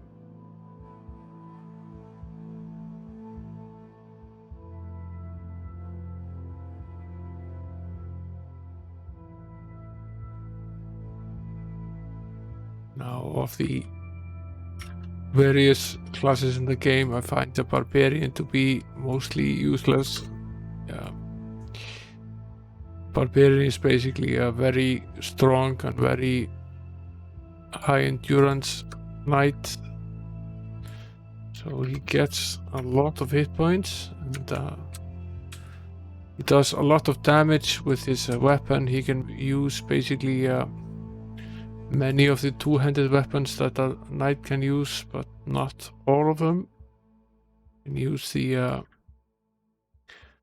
perhaps the more crude of the weapons is the best way to put it. But the biggest problem with the barbarian is that he's very limited in the armor that he can actually use. So what tends to happen is that despite having a lot of hit points, he also gets hit a lot, so he isn't actually all that useful in battle. So what I found out while I was using a hireling barbarian as one of the frontmen next to the knight was that the knight would usually out-survive him in combat and would provide pretty much the same damage, so it's not nearly as useful as it does seem at the first bout. This is an interesting combination of hellish monsters here. We have one of these magic serpents here, which really needs to go down quickly as possible. Then we have some boneheads, which we also need to take down, and a bunch of killer bees. It's a bad combination.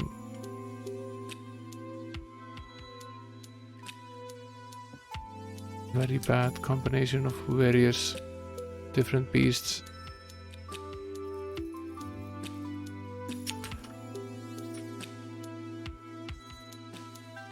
Magic serpent still isn't down, and we are pretty badly off in terms of hit points. The killer bees might actually kill the paladin, and they probably will. Yeah, they did.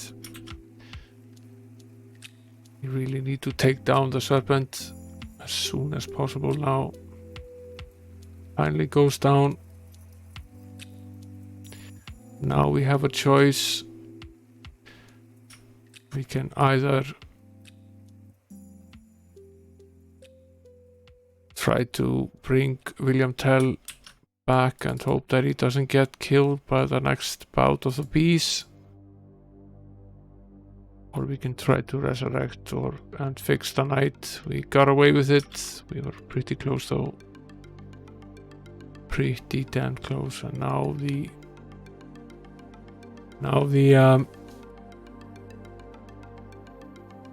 cleric is unconscious, but I think we will make it through here. Once we have we still had the sorcerer, so we only ended up in one death here. This could have gone way worse.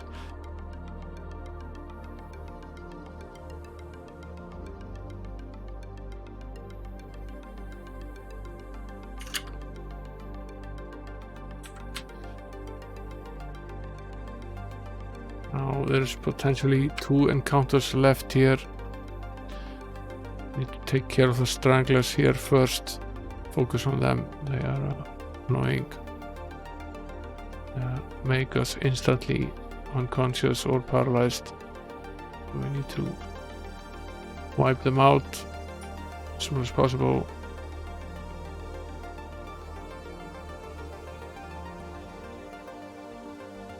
And the rest is just textbook mostly. Down go the stranglers, get rid of the rest.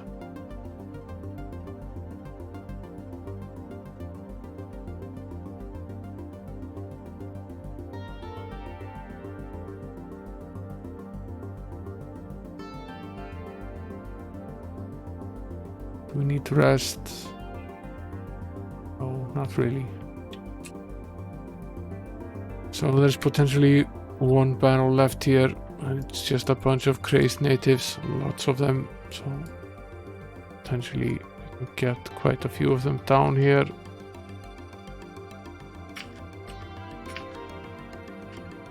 Fewer than I would have liked, but I think we're still gonna be okay.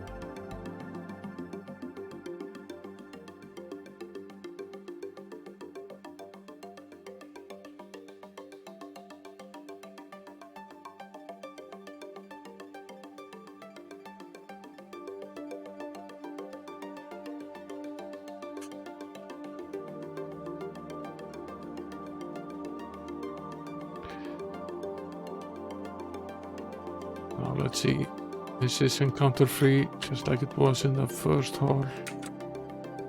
Go back here, this is encounter free. We will cast a beacon here. This is enough for now. We'll go back and save before we return. These battles are difficult enough that we might very well find ourselves dead.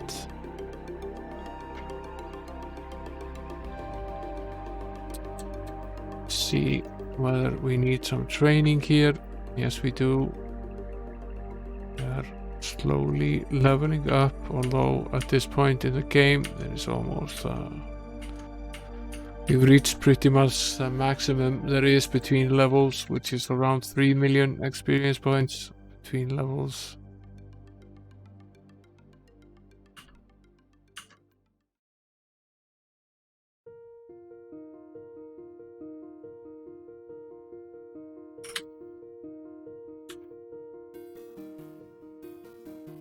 Windmills, lots and lots of windmills. And a lost soul.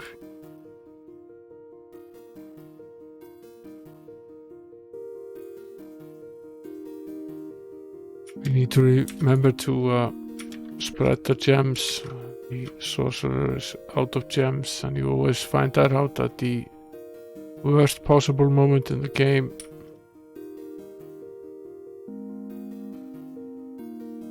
When you're in the middle of a fight and you need to be able to cast spells, you find out that you're out of gems. That's generally what happens.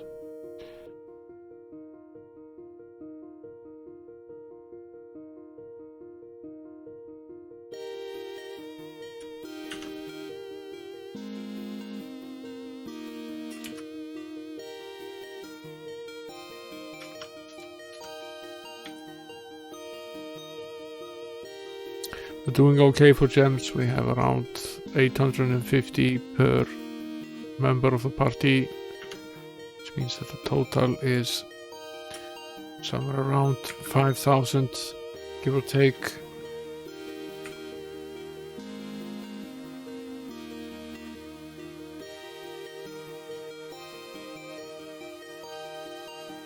Lots of killer bees.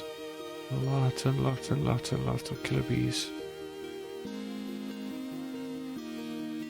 This will probably be a very drawn out fight.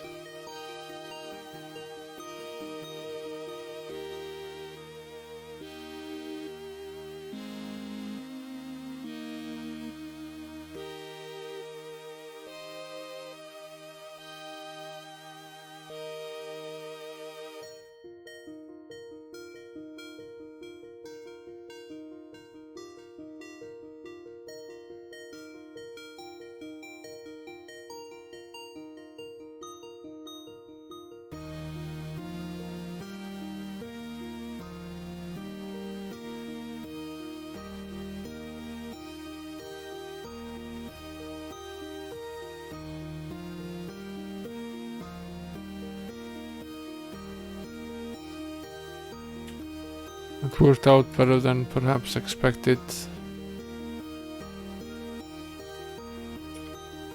One of the annoyances with the bees is that they are quite difficult, and all of the fly-based monsters in the game, they leave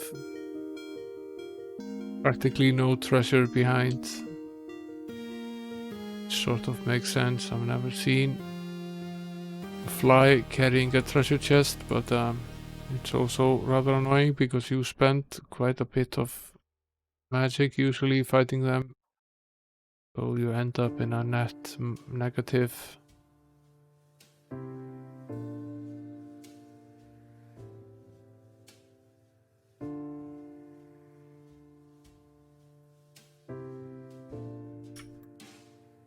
Now at some point earlier we reached our 2000th battle in the game. I see we're at 2008 now.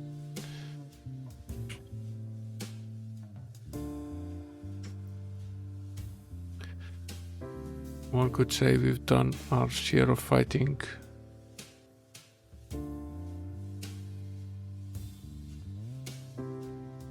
Now the monster masher is here.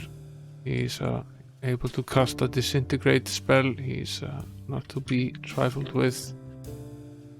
Should try to take him down as quickly as we can. He succeeds. We're mostly eradicated. Yeah, we already have one eradicated character, which is the robber. In addition to that, he also has a lot of hit points, so it takes some doing to take him down. 2 down. already we might still be okay. Try using pretty much any option we have. 3 are eradicated now.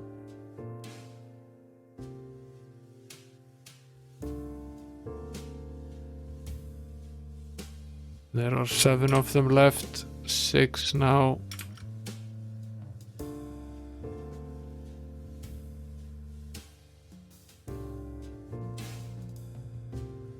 Five, 4. This is unbelievably tough. Just Magicka remains, and with very few spell points, and she ends up dead.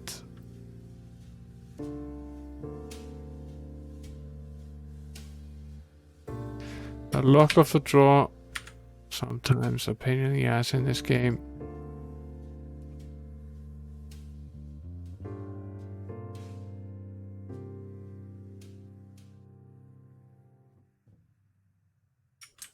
I forgot about the gems again.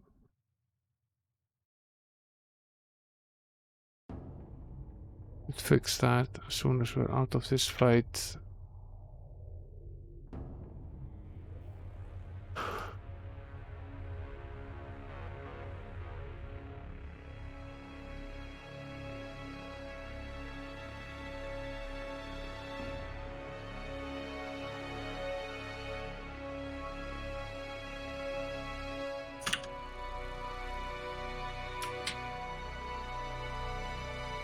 I'm fairly sure that the battles they are this isn't quite linear. If we had this exact fight a few levels back, the monsters would probably have been a little bit easier. It seems that the arrangement of monsters is often controlled by 2 things, just sheer luck and your current level, and as you progress in level, the battles tend to get more difficult as well. It isn't a given that the battle is going to get easy, even if you are in a position of suddenly being a high level character. Essentially, some of these battles, they never get easy. They're always a little bit difficult. This is one such case. This is quite tough.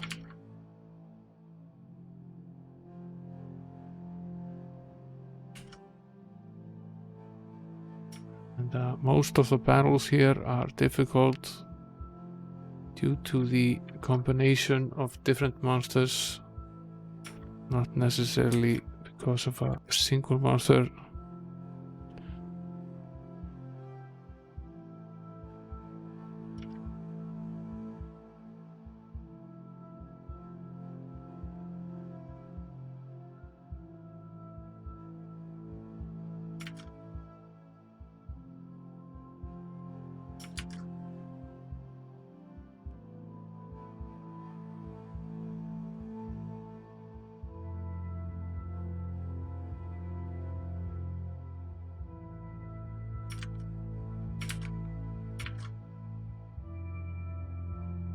We survive in a similar sense as we did on this battle last time. It was the battle after this one that we eventually perished in. We will cast all of the protection spells here again. Move ahead into the 3rd one. This one is easier by quite a mile. Do have these monster measures here, but other than that, it's all much more tame.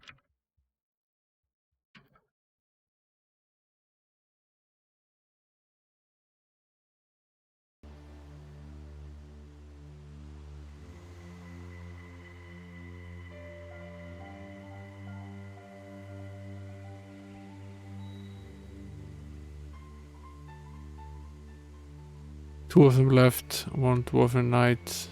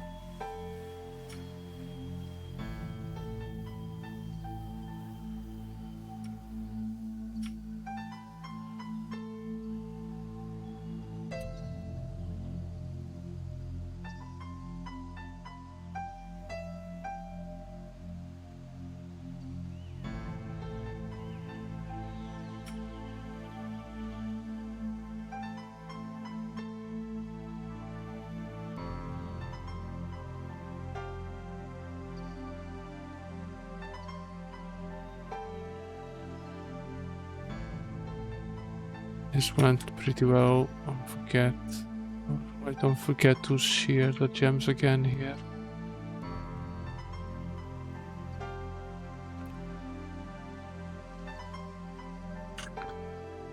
Almost killed the thief with the chest here. Occasionally still doesn't manage to open the trap on the chest without dying. It's gotten pretty rare.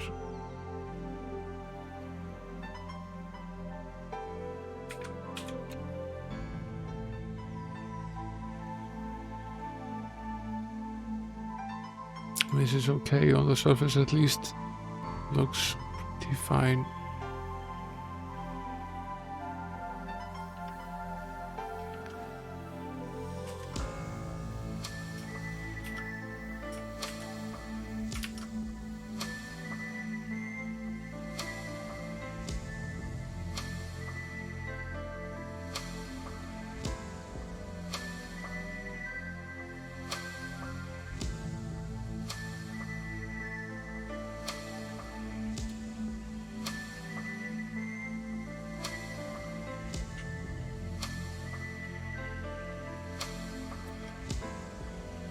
I would say there are at least 2 of these encounters left, and we start now with 4 of the monster mashers at the front and phantoms at the back.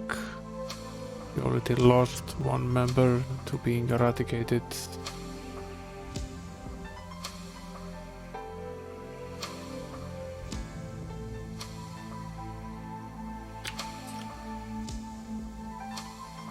Get rid of the phantoms here.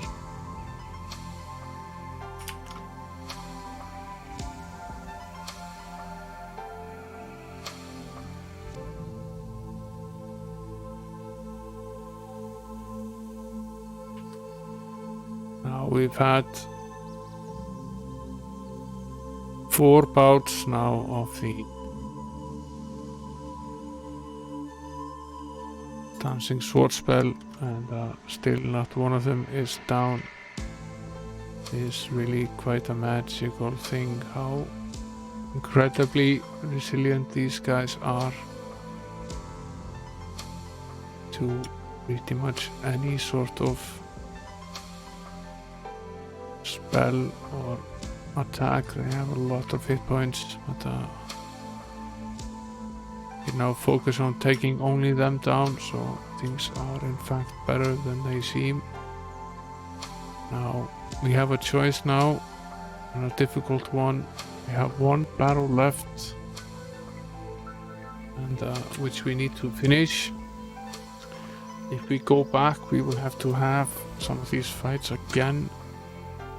So it's either go forward with the hireling eradicated and try our luck with 6 members, or go back and do this fight again.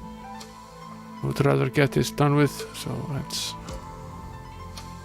try to get through this last one here, which does seem significantly easier than the one that we just had.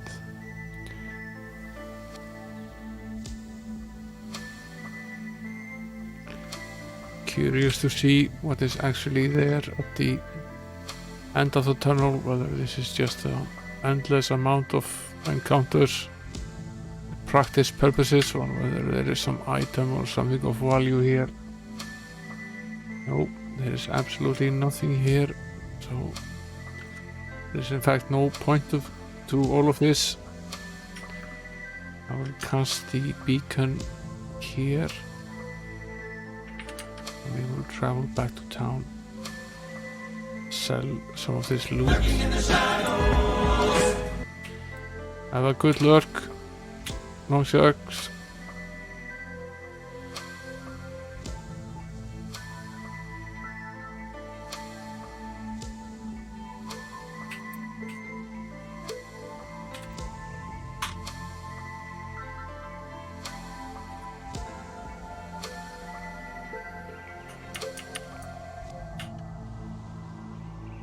Knight is very close to leveling up. In fact, he is so close that I'm tempted to a few fights to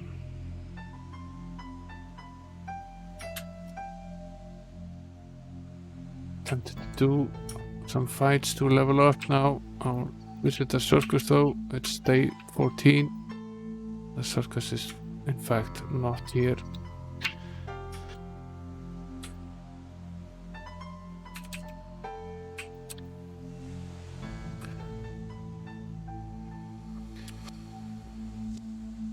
Yeah, yeah, that's one of the reasons I added it. I actually gave some thought into whether I should actually write down some of these jokes and just put them in the bot. Make an orc joke addition. It wouldn't be very hard. It's actually very easy to do. But I decided not to. If you find a list so I don't have to type it, then it would be it would be easy, very easy to add it to the bot. So you could have the orc jokes as part of the bot. I have a feeling we are pretty tired of the orc jokes anyway.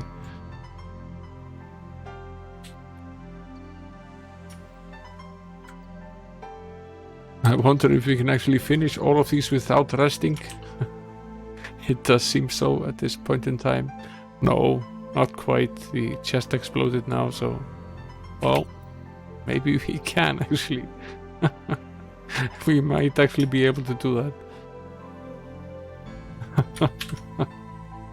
Yeah, we were actually able to finish all of them without resting. I find that pretty funny. At one point these were quite difficult. You needed to rest after every one of them.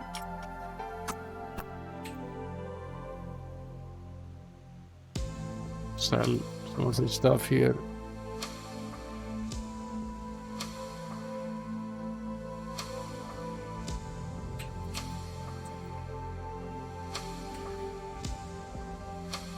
Yes. We'll train. Some of the other members are actually not terribly far off, but I have to have that wait now. So Lancelot now has 512 hit points, so he's 2 to the power of 10.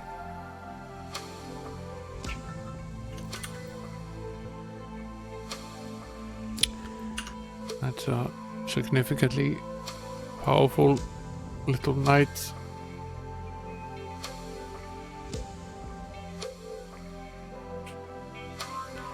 The orc that had a missing left arm and leg, he was all right.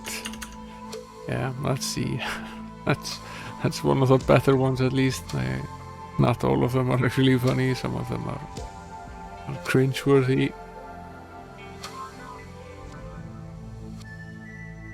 Now there seems to be a hidden square there. Wondering if we can access that somehow. Let's take down the seductresses here before they cause endless amounts of damage. She went down fairly quickly.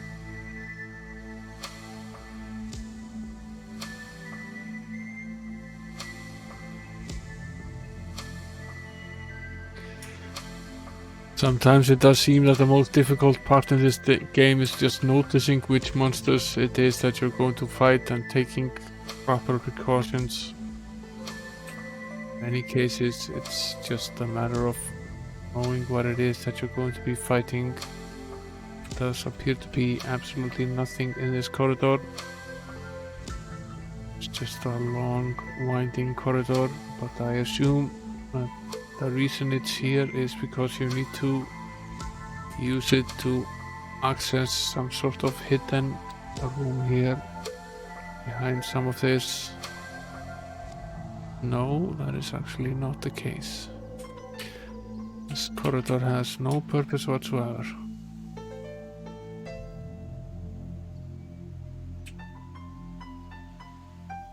Let's go in here. I have no idea how to... We weren't able to access it. Okay, it's accessible from there.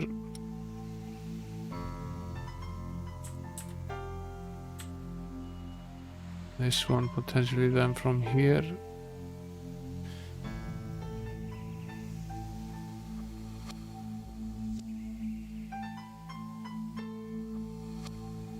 Now, the way this game works, it's very likely that one of these has a secret that is revealed, but most of them have absolutely nothing.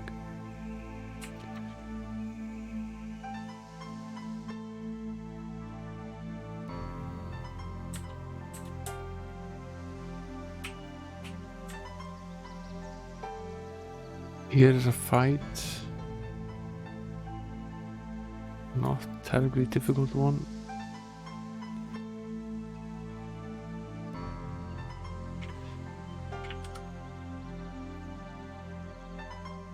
We will fight these mountain men here, get them down.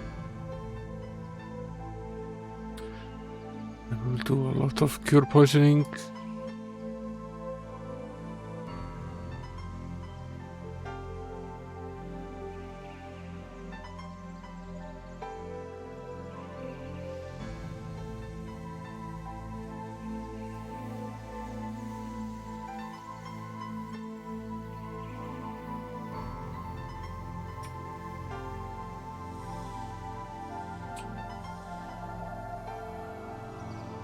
No, there really does seem to be no point to these. They're just there. Now, there's one big room here.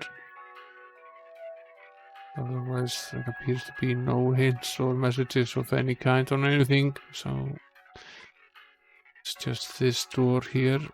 And for once, there is not an encounter behind it, which is actually surprising. But, here is a fight, and there are 15 of the stone columns there. Which is, it's good to see that before you engage. So we will take down the rats first and bring the columns to the front here. Before we really start attacking them. Wait a little bit here. We're going to need to use a lot of spell points to take them down. They are quite high armor class and hard to hit. So this will take a while with 15 of them. Seems like an insane amount of them.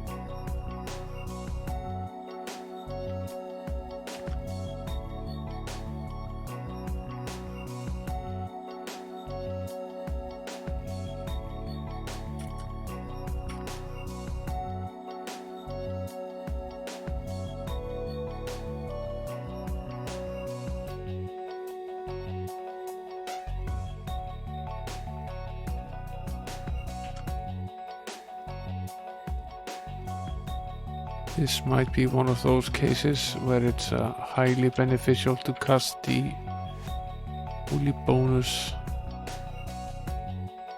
spell. Try to increase our chances of hitting.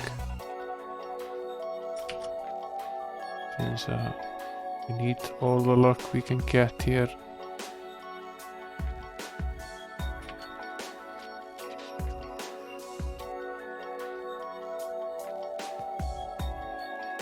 Luckily for us, they don't actually do a lot of damage per turn, otherwise we would all be dead by now. And the reason I'm using the disintegration spell is because it uses relatively few spell points. We can cast it very often, and at the same time it does 50 damage if you manage to hit, which is about the same as you would get with many other spells, and it has no less chance of hitting. So it's proven throughout many encounters with these to be the most effective. Now we managed to down one of them, so 14 now remain. This is going to take a while. 13 of them left, 2 down, 13 left. Now the Deadly Swarm spell is useful. It does not do a lot of damage to them, but it does a little bit of damage to some of them, so every hit point that you take down is good in this case, because you have to have so many rounds of this anyway that eventually the Deadly Swarm spell ends up removing quite a few hit points. And it's also similar to the disintegration spell, that it doesn't use a lot of spell points, so you can cast it again and again and again, and although it doesn't do much damage at a time, over many rounds, it eventually does quite a bit. So it's funny how incredibly immune these are to magic, and they are almost 100% immune to any sort of melee attack. Pretty much no weapon seems to work on them, not even the archer's bow, which usually even works on magical creatures.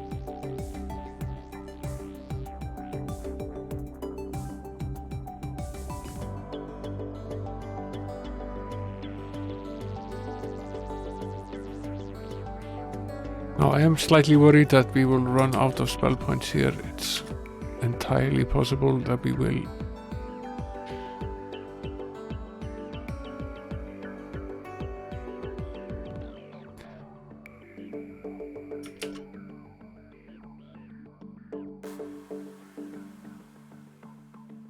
There are still 12 of them left, and 11 now, and we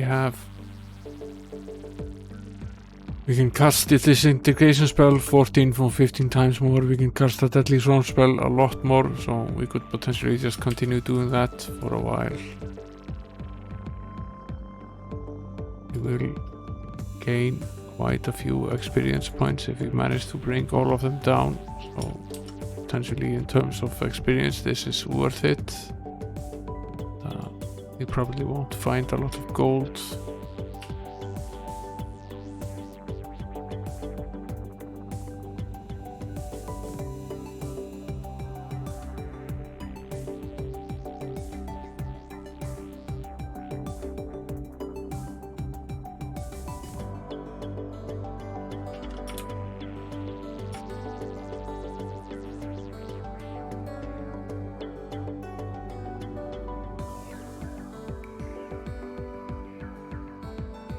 You would think that the ones closer to the bottom now have less left, because we've hit them so many times with the Swarm spell, and that might be true. They might be more vulnerable. We will potentially find out once we reach close to 0, because then we will have used up all of the spell points, and I can potentially cast the Identify Monster spell. Until that happens, I'm not going to do it. I'm going to try to keep on beating them. We are running low on hit points in some cases now. So at some point we will also need to start healing. So very much like to see one of them go down.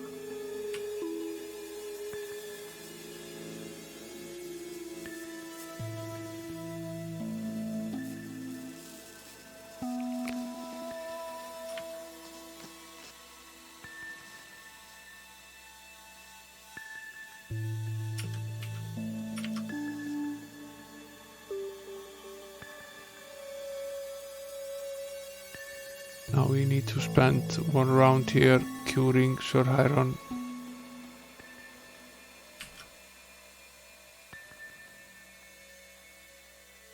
Now one of them went down, there are 10 of them left. We are almost out of spell points for the sorcerers. So that would leave us with just a Deadly Swarm spell, which we can cast quite a few more times.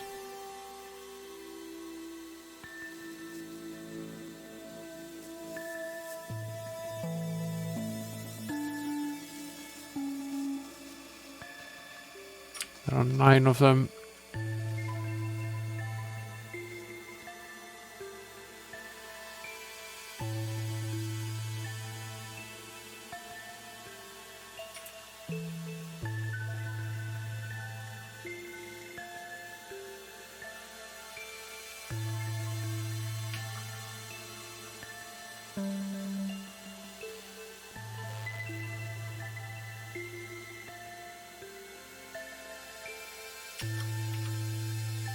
We have one more go at the disintegration spell.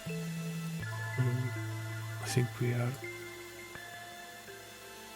8 of them left.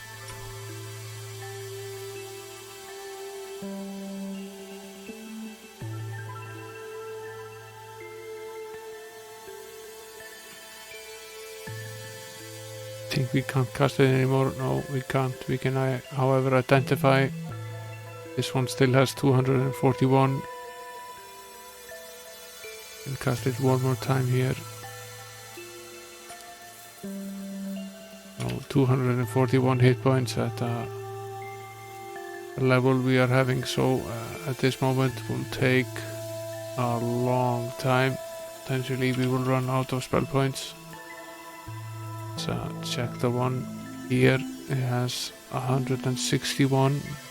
At least slightly less, and this one has 225.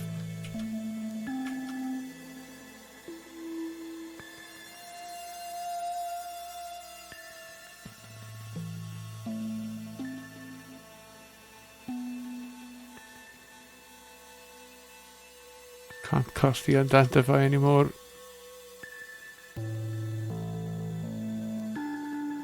Don't even have enough spell points for that.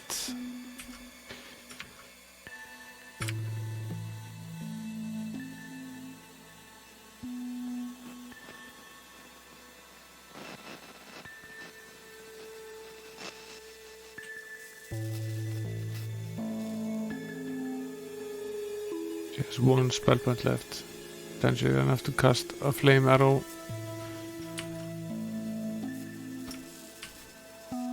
We will take it.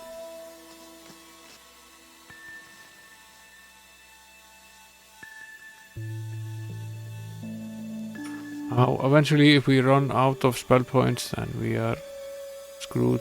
And this is an unbeatable fight, and we will simply have to wait for them to level us down or restore the game. But, I am very stubborn, and I will not give up so easily. Now we do have to spend a little bit here on curing up Sir Roland while he still has spell points, so we can use his spell points while he has them. Once they're gone, I might as well let him be unconscious. Doesn't really matter. Don't want to use a lot of points for healing now. We sort of need them to cast this spell. Now, luckily the cleric has a lot of spell points, and he can cast this spell again and again and again, as long as he doesn't run out of gems, which is a real possibility considering the number of times that we have to cast it. Crazy amount.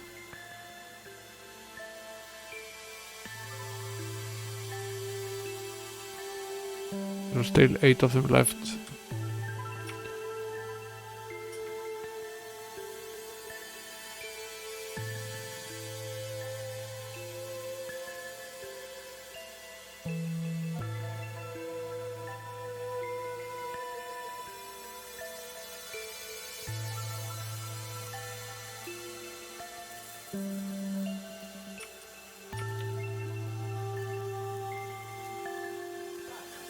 having laughs.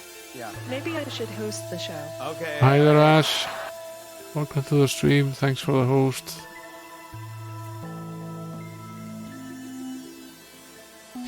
We are in the endless battle here. And it's the battle that never ends. It goes on and on, my friends. Yeah, that might well be a New York City rat. It looks pretty menacing. Yeah, me and Gleaser were laughing about this the other day, that the game only ever shows the top most monster that was on the original list, and it doesn't change even though we killed this rat that's in the picture there ages ago. And we are, however, fighting these stone golems now. They are very hard to take down. We've been at it for a while now.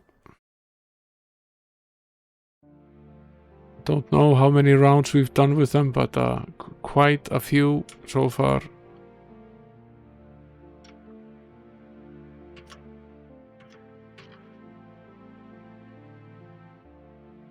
Yeah, there are these lovely poisonous darts that fly out of the walls in this dungeon. So every time you enter into a fight, you start out poisoned. It's just a fun way to make it even more difficult.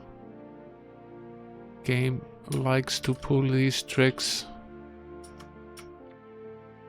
And these golems are incredibly hard to kill. They have this immense armor class, so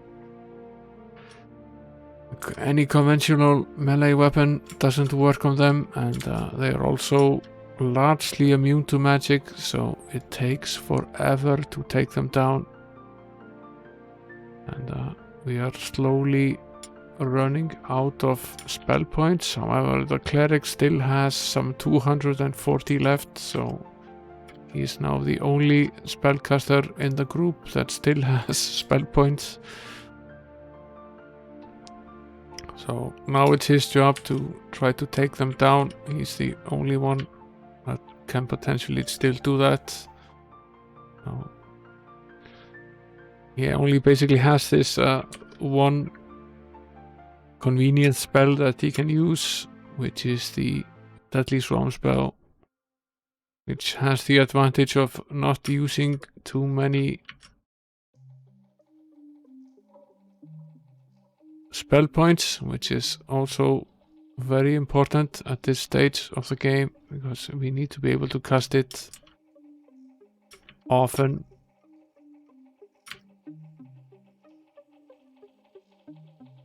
Now, my main concern at this point is that the cleric will run out of gems and not be able to cast the spell anymore.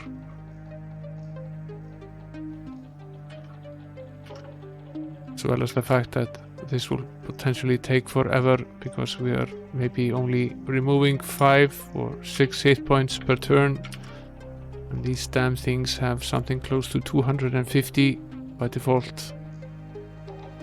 I don't know how weak they are at this point. We've been at this for a while, but potentially they still have quite a few left, and we also need to do a little healing here. We can't have them just endlessly beat us down here. That's not a good idea.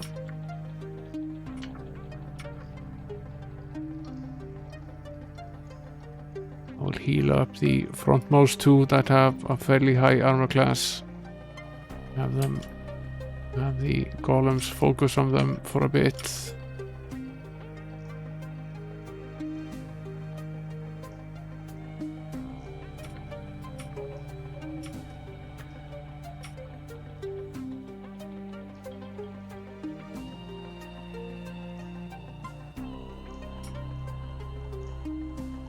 Need to heal the cleric. He only has 6 hit points left. We need to do that right now. I'll waste spell points on healing him up quite a bit.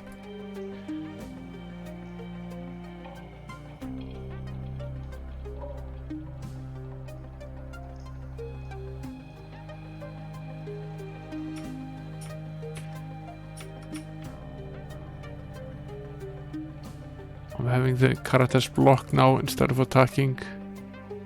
Should give us slightly better protection,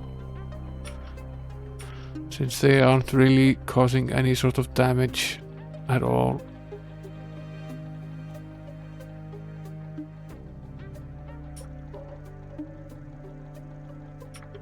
Of course, if we spend the time healing, then we can't spend the time attacking, and then they will never go down, so...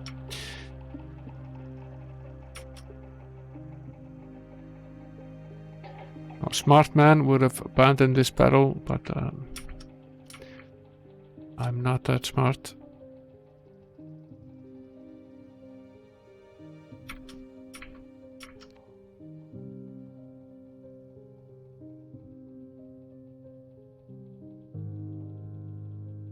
I need to do something about our state here.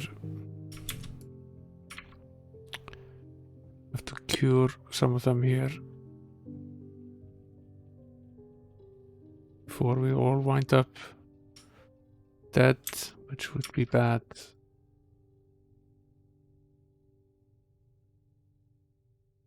Not good to let the golems focus on beating down the cleric. That's a bad idea. But I'm starting to get fairly pessimistic that we will make it through this fight alive here.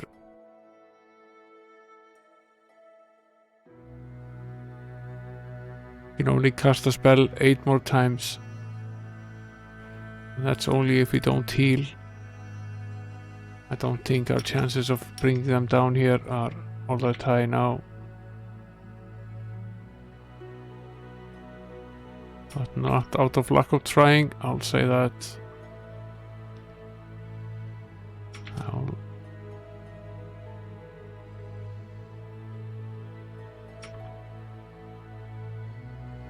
We have 4 more times left to cast a spell. 3.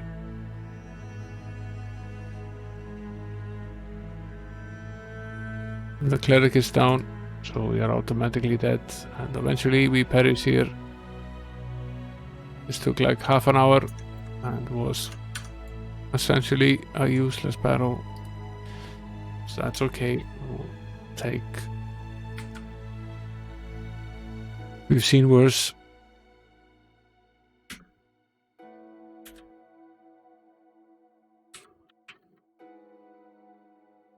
Finish up mapping this again here.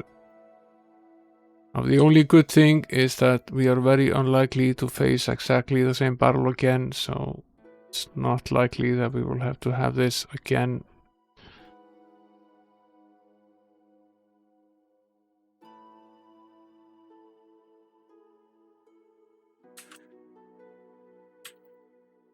Should fix the poison condition here before moving into the room and rest a little bit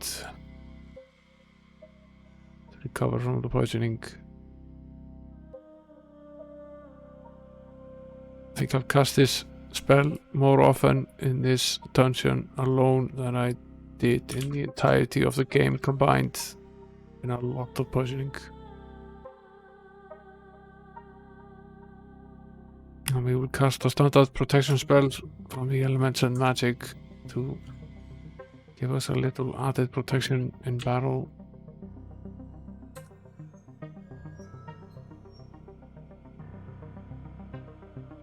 Now, this one is difficult.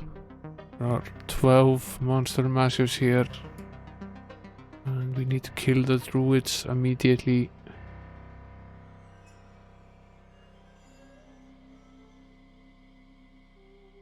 Need to focus on bringing down the druids. We don't want to deal with them at the same time as we're dealing with the rest. We already eradicated the knight. Bit of an asshole.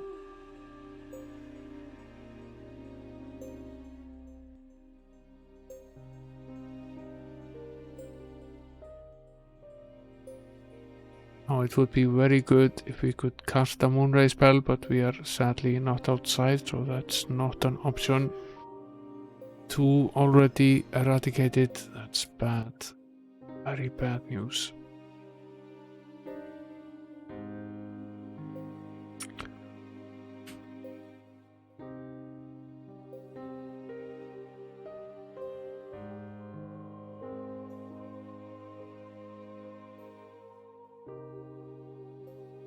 Three now eradicated. We are as close as possible to being dead.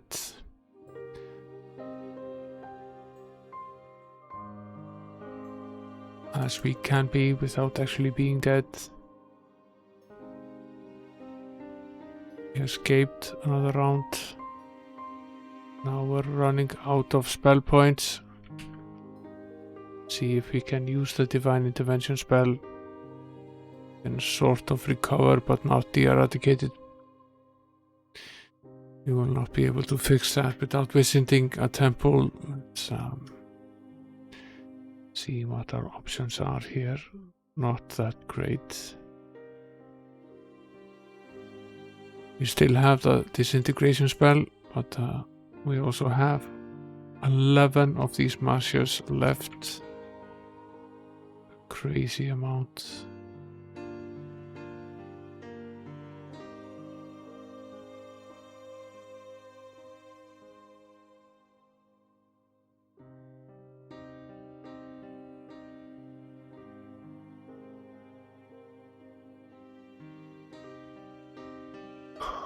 We are not going to make it through. It's for sure. These battles in that room are tough. Are very, very tough.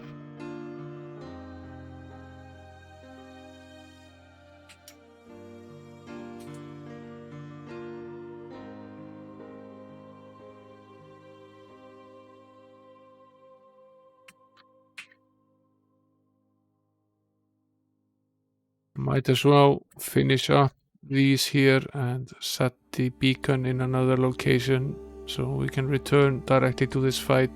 I have a feeling we're going to have to go through this a few more times before we make it through.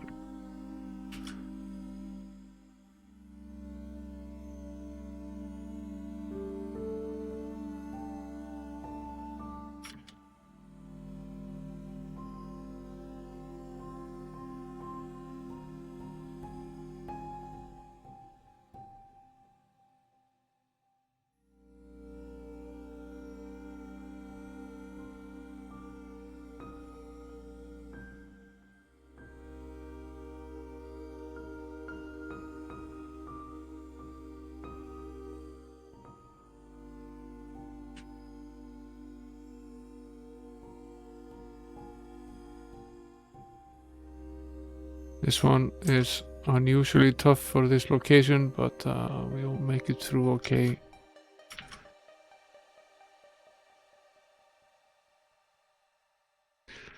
So, got to fix the poison here for resting, which I should.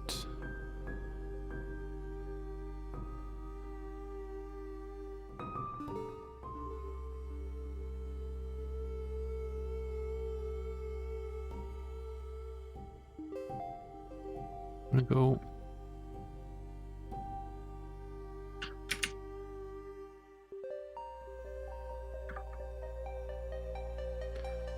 Okay, this is done here. Go through this door. This up. Cast the beacon right here and travel back to town.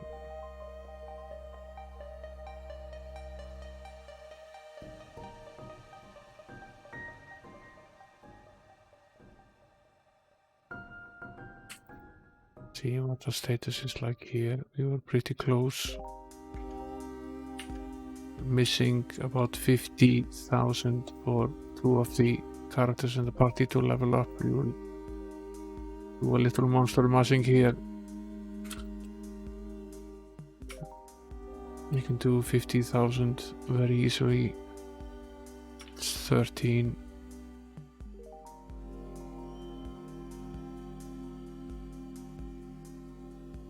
$26.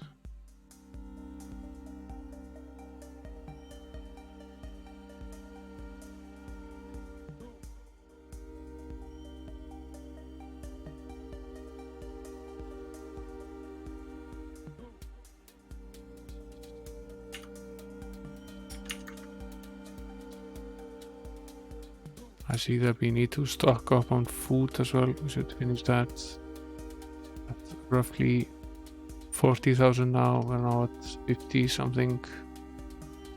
We can safely go back.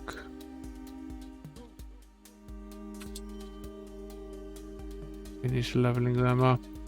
Sell this stuff here. Free up room in the backpacks.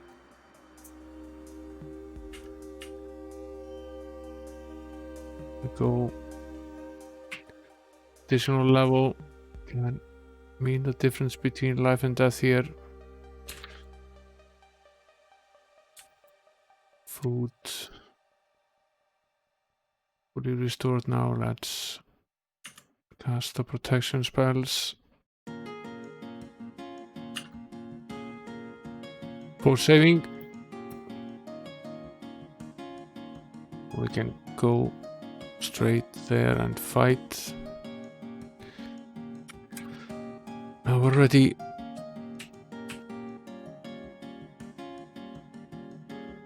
Now, of course, this one is easy, whereas the other ones have been quite difficult. That is sometimes how the game treats you. I don't think the priest is going to be very effective in the paralysis. You might get 1 or 2 members of the party, but that's about it. And we can use the remove condition spell to get rid of it.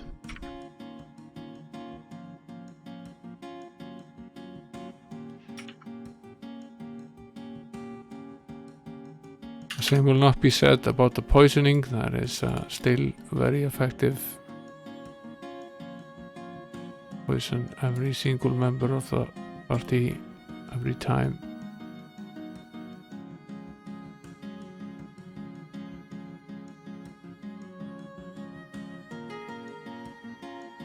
Light protection magic, sort of like light camera action, but not quite.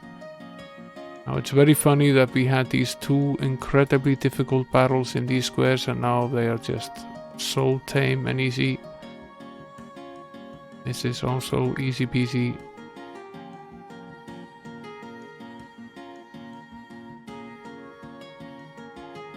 So much in this game is tied to chance rather than actually any sort of linear progression.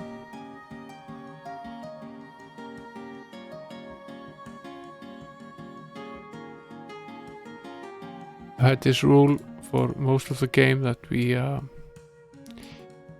try every battle 3 times, and if we get absolutely nowhere after 3 tries, I give up and decide to return to it at a later date. But you can have such incredibly diverse battles during these 3 times that you try the same spot. It can be almost a difference between light and day. So here, we are ready. Okay, this is done here. There's one more here. Bunch of barbarians. Some castle guards. The adventure is a bit of an asshole, but not the most difficult one.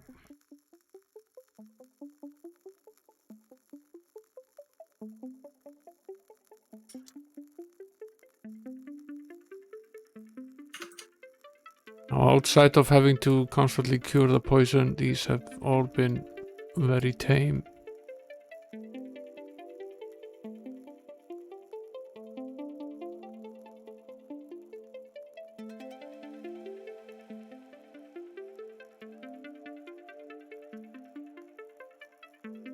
So we are again making some progress. There's actually not a lot of this dungeon left here at this point. I thought I might be able to do 2 of these dungeons tonight, but I'm fairly sure it's just gonna be this one. Might start with the next one. We won't finish it. Some of them just take much longer than others. One of those cases we've died quite a few times actually.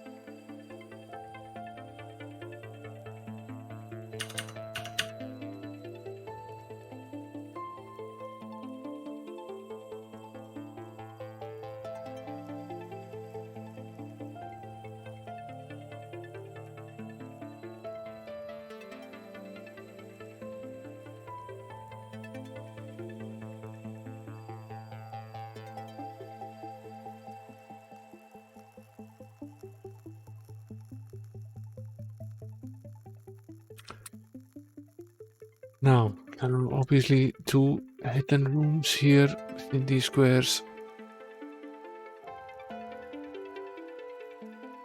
Our friend the stone golem makes a return here, but only one of them. Also have the mystic clown. Extremely annoying little. Shoot him down.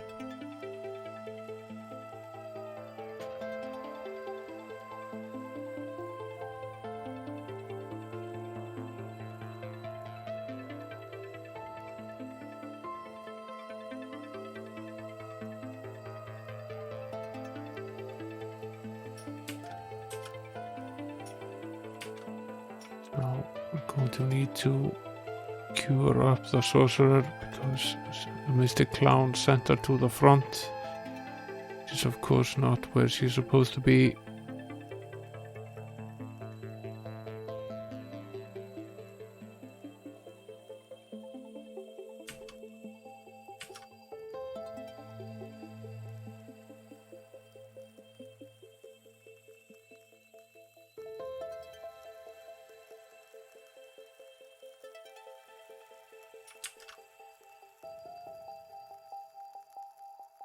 Down goes the endless night. We can use one bout of the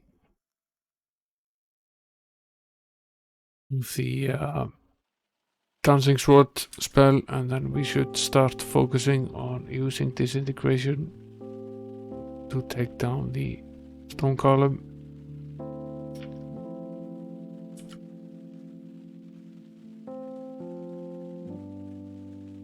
Which will eventually happen pretty quickly as well, since there's only one of them.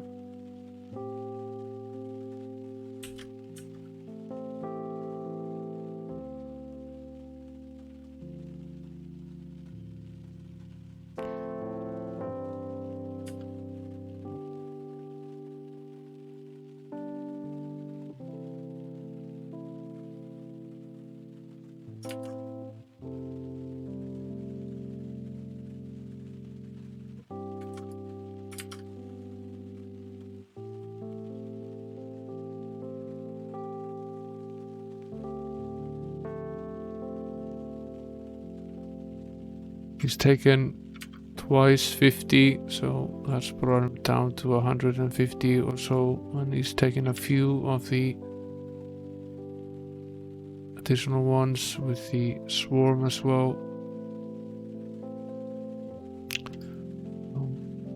He's had his hit points reduced already by half or so. Another 50.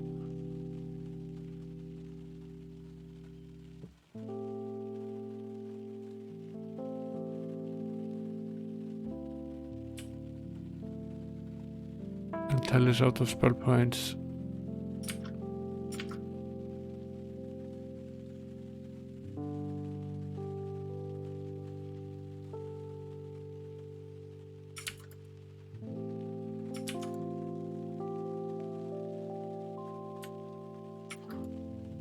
Might use William Tell to cast the identify spell here after this round. See how much he has left. 78 remaining. So we need to get a little bit lucky here to finish this off.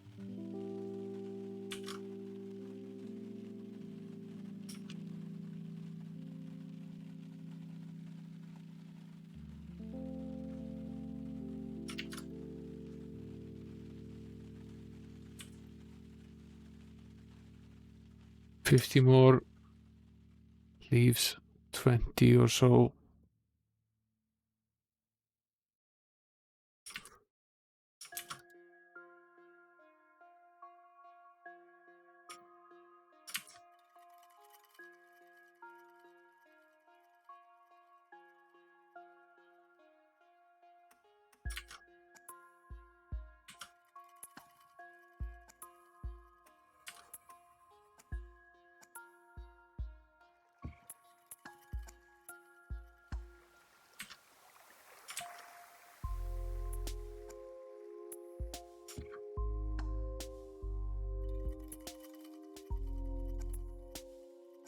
I really am not a fan of these golems. I find these fights quite drawn out and annoying, but finally he does go down.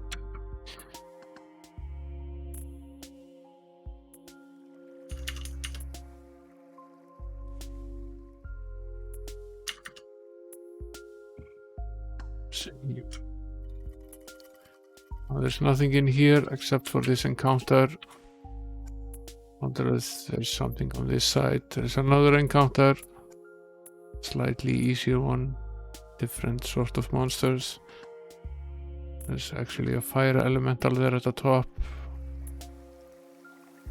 Then a bunch of grey walkers, which we'll take care of with the Holy Word spell. Eliminate all of them, leaving the elemental.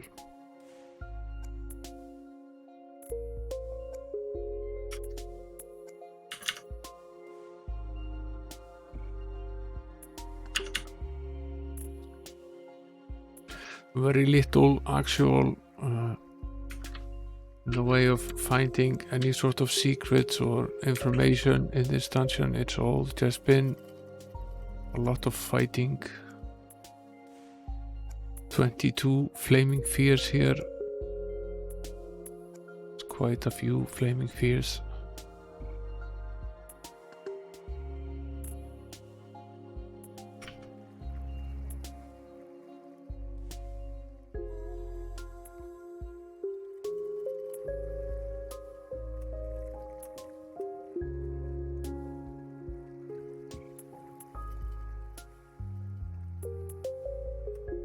Only 13 of them left, however, it's manageable.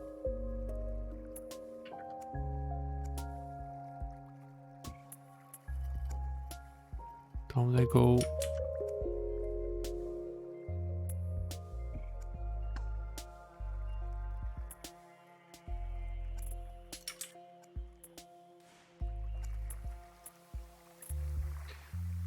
Light elements, magic. No half orcs set a sign. Essentially means that we have to set a beacon and go back. We have a half orc in the party, so there are 2 secret squares left here. There is nothing in this one. Another one here on the other side.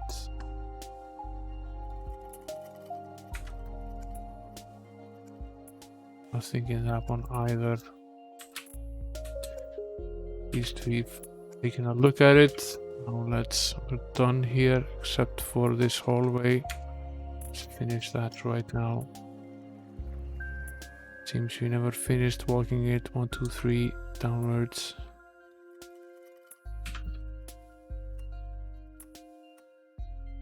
Okay, there was absolutely nothing here, so it's just a matter of walking it and then going back up. Need to go here in this direction, and then we need to go 1, 2, 3, 4, 5, 6 squares up. We're lucky that we can use the teleport spell in here. It does make things a little easier. Set the beacon here, and then return to town. Get rid of all of the half-works. Sell all of this stuff here.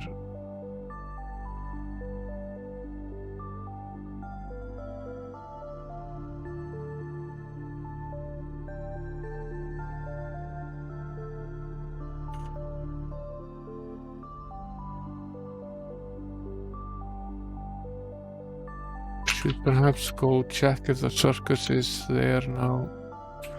Been waiting all night for the circus to come back. We have this quest that we need to finish at the circus, but it's like it was in the song, never there. It's never ever there. At least not so far. It's day 20 already in this calendar year in the game, and the circus still isn't there. Potentially it's there on the new moon, which is day 30, so we will return there soon again. I'm going to go there on a near daily basis until we find it. There is a pretty significant quest regarding character attributes that is set with the circus, and we know how to do it. We just don't know when the circus is there. Forgot basically the only thing that we needed to do. We need to get rid of Sir Lancelot. He's a half-orc. Sir Hiron is a human. So is William Tell. Now, funnily enough, I named all of these characters, and I automatically assumed that the sorcerer was female, and she is. But I did not. Yeah, we have the Midnight Sun. Yeah, that's definitely a thing here.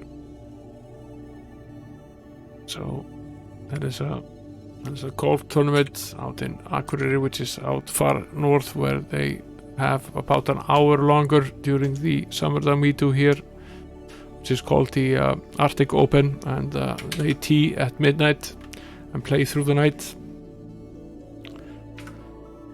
And that's a pretty amazing experience.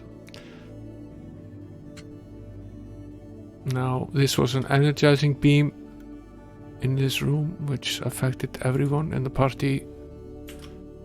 We gained maybe 10 hit points or so, give or take. So everyone except the knight that already had the most hit points gained about 10. That's useful. So we can now go back. We've finished this dungeon up here, finally. But yeah, in June, during the summer solstice, it's basically bright here 24/7. The sun comes out at like 3 in the morning, and it goes down at 1:30, and it's bright in between. So what I used to do when I was far more younger than I was now, I used to party all night. During these times, you would go in the sunshine, and you would come out at 4 a.m. and it was sun again. So you could go have an after party and continue partying until very early in the morning. Yeah, summer is definitely summer, and winter is definitely winter. During December, we have like 5 hours of brightness. So the winter solstice is, of course, around Christmas, so that's generally when we celebrate lights, and we tend to use quite a few Christmas lights. It's very dark here during that time of year.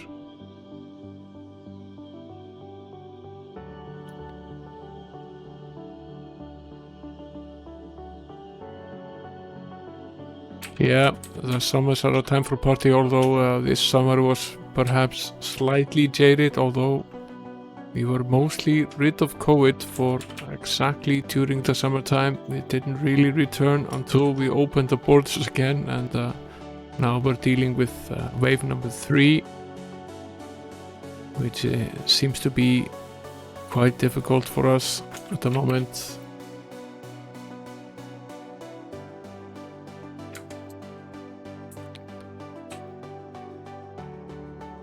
Just checking for the circus here. It's not in day 21 at least. Now we should go to the dungeon in, I think it's the Hillstone dungeon. That is the only one that remains. It's potentially this one. Yeah, Woodhaven. That's probably the one that we have left. Although it's level 2 that we have left and not 1. Let's see where the stairs are. Downstairs. There are 2 floors of all the castle dungeons. There's both a level 1 and a level 2. And these teleports here in the middle of the map.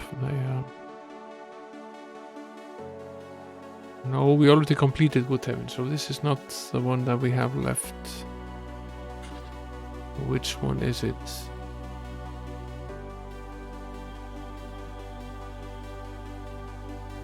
You know you've been playing this game for a while when you don't remember what you've completed and whatnot. But, these teleports here, there are basically 4 teleports here in every one of these squares. They basically take us directly to the dungeons, and it's just to save time so you don't have to endlessly travel. Yeah, this is the one we haven't finished. This is would be level 2 of the Luxus dungeon, or Luxus Palace Royale. Stairs down are in 13.5 according to my notes here, which is where, turn on the lights here.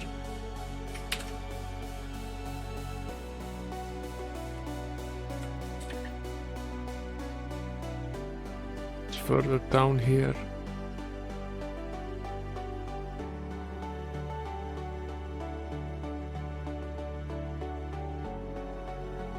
It's here.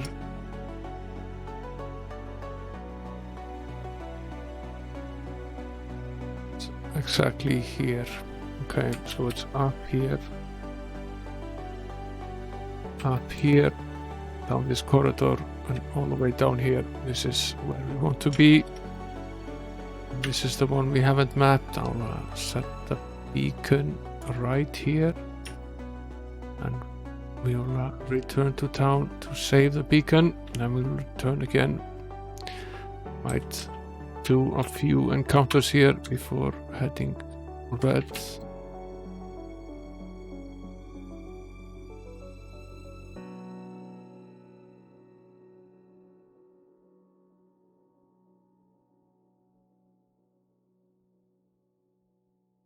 No, we're not going to go upstairs now. We just got here. Now there's a sign that says "Fear no evil."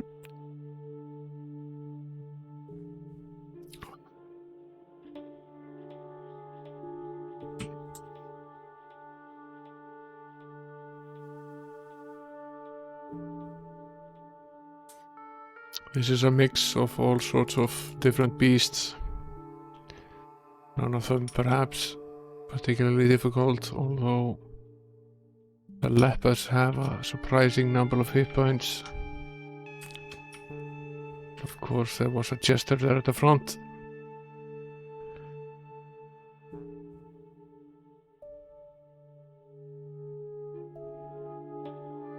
Yeah, Iceland is fairly known for a wild nightlife scene, particularly during the summer and also during the winter. In summertime we tend to drink because the sun is up, and in the wintertime we tend to drink because the sun is not up, so we have an excuse all year round.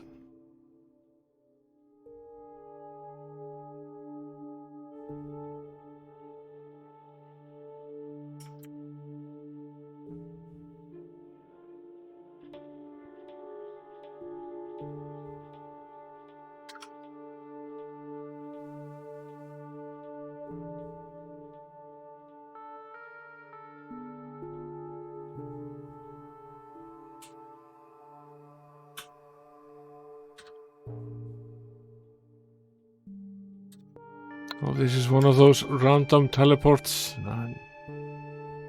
Not much of a fan. We dealt with this in the level 2 of the Woodstone dungeon.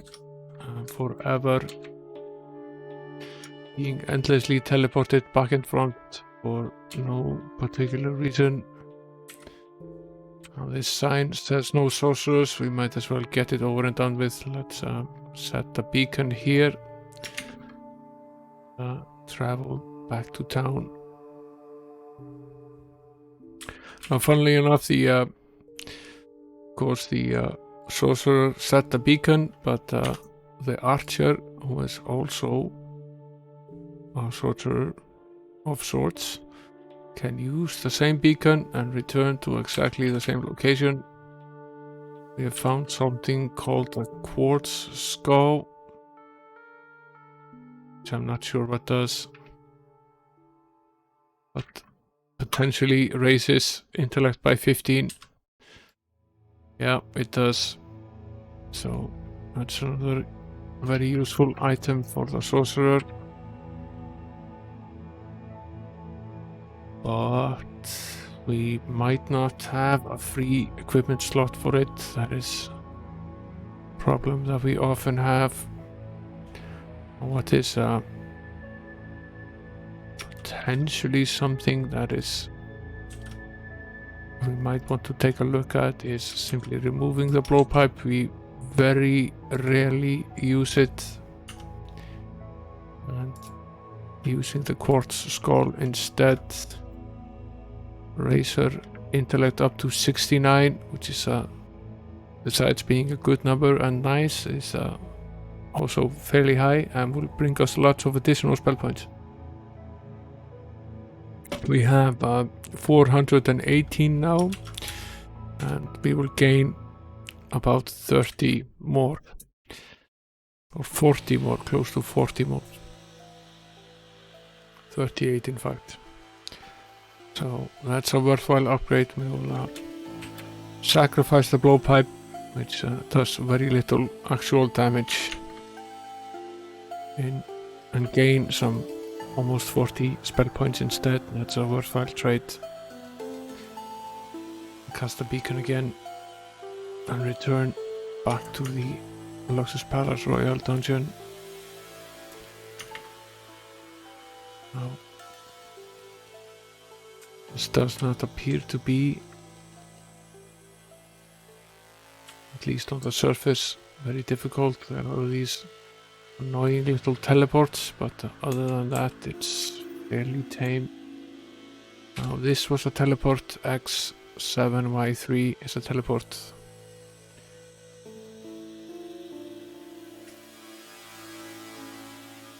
I'll write them down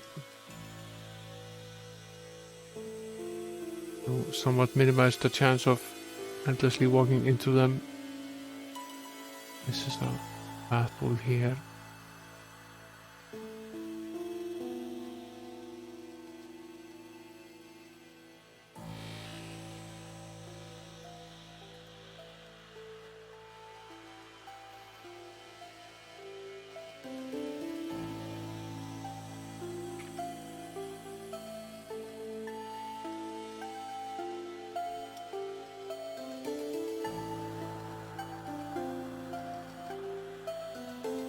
Yeah, there are a few of these monsters in the game of various difficulty levels.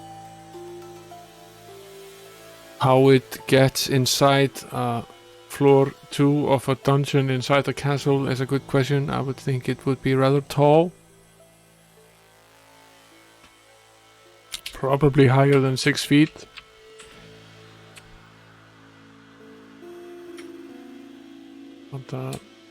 But there's a whole range of these, and the Tyrannosaurus is a pretty difficult one.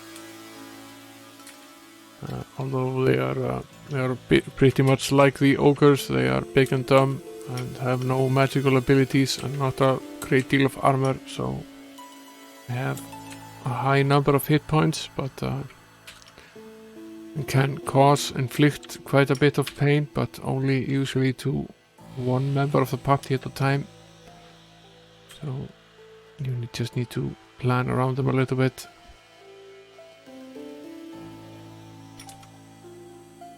Probably should have rested here before going into the next panel, but this happens to be fairly easy. These boneheads are undead, so we can eradicate all of them using a single spell. Now when you find the Holy Word spell, which happens about the point in the game where you are reaching level 9 of the sorcerer, then the undead monsters become quite easy to deal with. There are some more of these here. Basically all of them undead as well. Make another attempt at resting.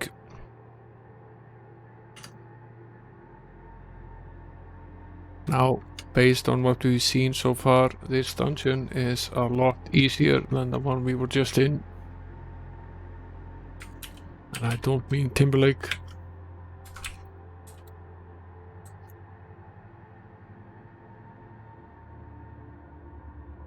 And this is another of these teleports.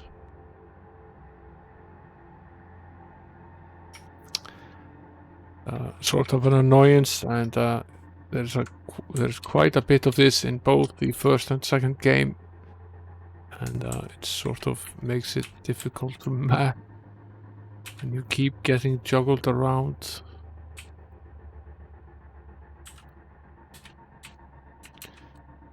Although it's nowhere near as bad as it was in the for a while there in the Woodhaven dungeon. That was pretty bad. Pretty much wasn't a slot anywhere that you were able to visit without hitting a teleport. And if you weren't hitting a teleport, you were walking directly into an encounter. Now, this square had nothing but a teleport.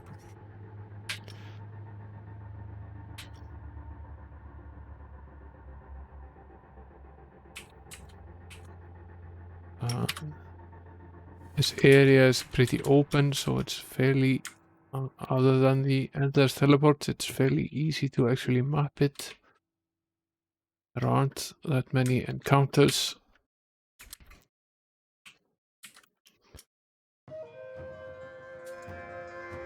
Now, this is almost identical to the one that we were just in.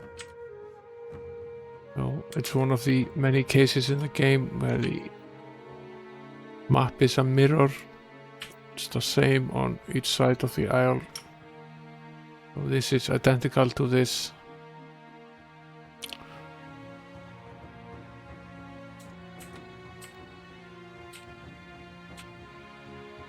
Another teleport.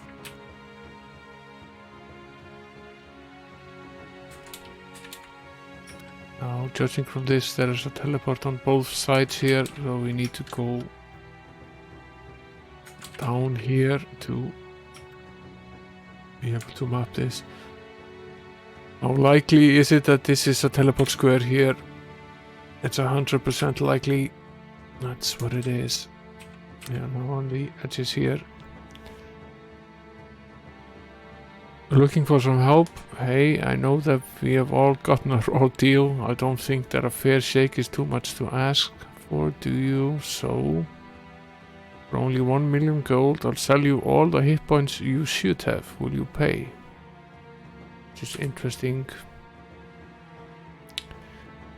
We'll set a beacon here.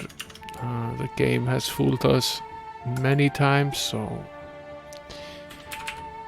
we will go back and save, and then we will return and take the fool up on his offer. He's probably going to do exactly that. He's going to fool us, but let's see.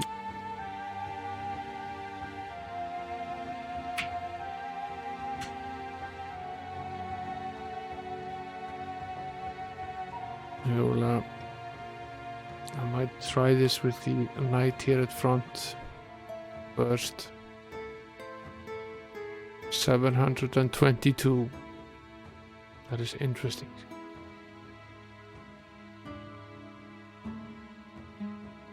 Okay. What I'm fairly sure this does is that it takes your current endurance and acts as though you've had those statistics for endurance throughout the entire game and that you haven't set them magically. So potentially once we've finished up the leveling exercises in the circus where we are fiddling with these statistics,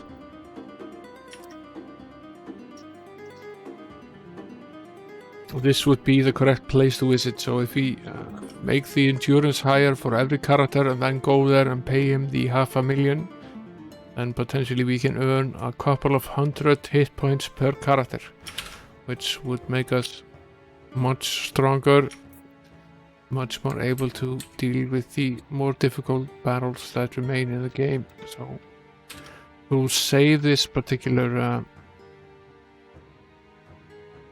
item for a later date, but this is fairly powerful and will certainly help us. Now this battle is somewhat unusually difficult, probably because it's there right next to the fool that is offering you these new tricks.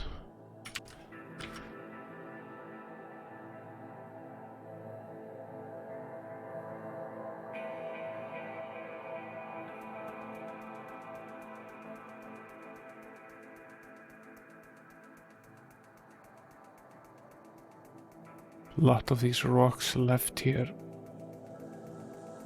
Quite a few are pretty difficult. Still haven't gotten rid of the Ooze warriors at the front.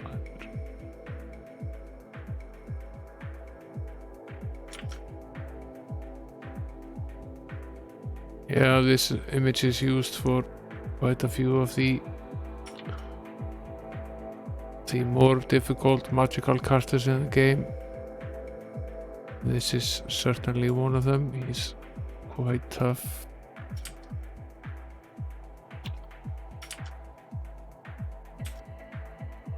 Should really cure the paladin here. The rock is the ROC is a pretty powerful monster. It deals out a lot of hit points. It does a great deal of damage, but he doesn't have unlimited protection for himself, so he is beatable. At this stage of the battle, when you've already been battling for a while, he's pretty tough. But he made it through anyway.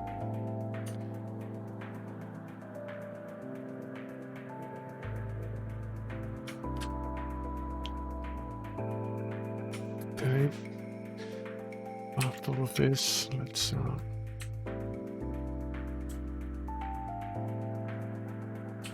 sort of funny to be mapping all of this in tiny little bits because we keep getting teleported around. Eventually we will finish all of them if we do this systematically.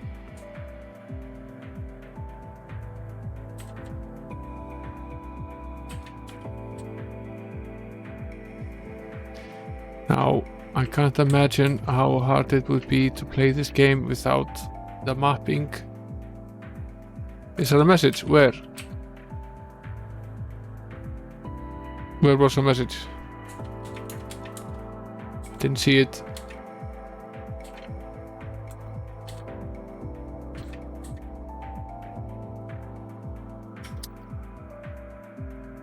Yeah. There is something typed on the map. Okay. We'll see it once we complete it. Yeah. A mysterious molecule chamber appears before you. Inside, bolts of light move frantically about. Will you enter the chamber? Nay. At this stage. So 15, Y0. This is some sort of thing as well. We will set the beacon here and return to town and save. A lot of mystery items in this in the palace. Far more interesting than most of the other castle dungeons, which have largely just been encounter after encounter without really having anything to do with the storyline as such. So this one is a welcome change from all of that. Now we've saved, let's enter the chamber. We'll enter, we'll try number 1. Let's grab a quick snapshot here and rest, see what it did.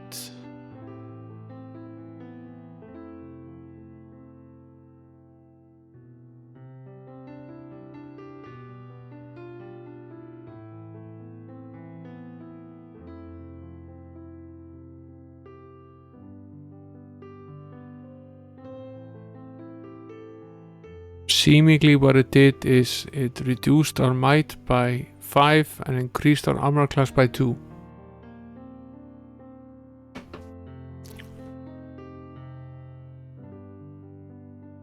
Which I would say is a fairly bad trade-off, but at least we know what it does.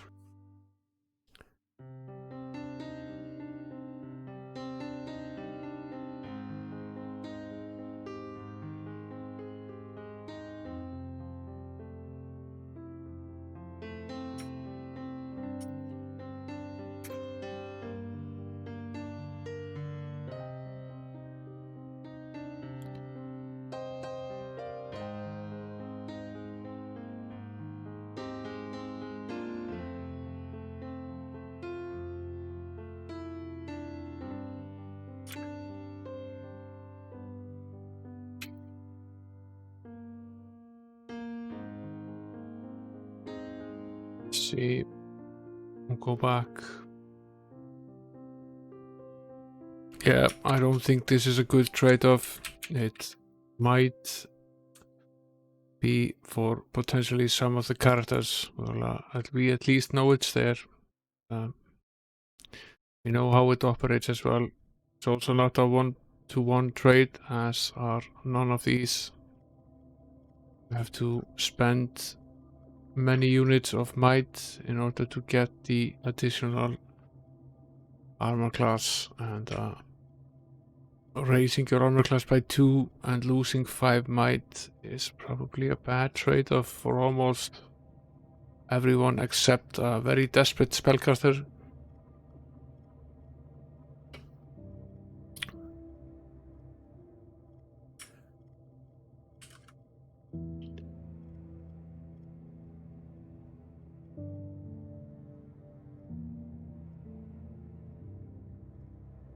Now there are 2 of the Jurassic Parks here in front of us, but they've already lost quite a few hit points by being hit by that dancing sword, which might be the best spell in the game. At least it does a lot of damage, and we've used it extensively. Can be used both on the inside and outside.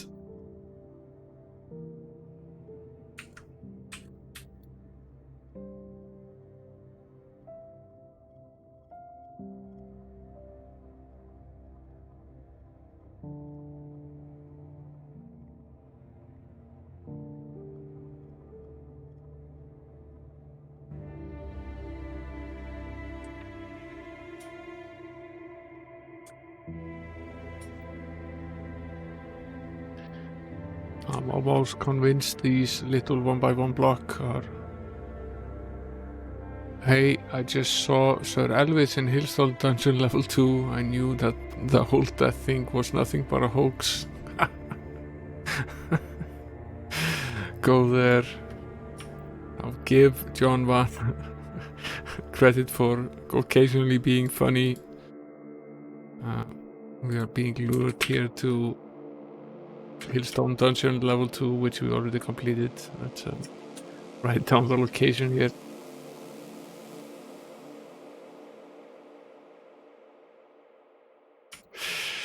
Who is Elvis? Said the song.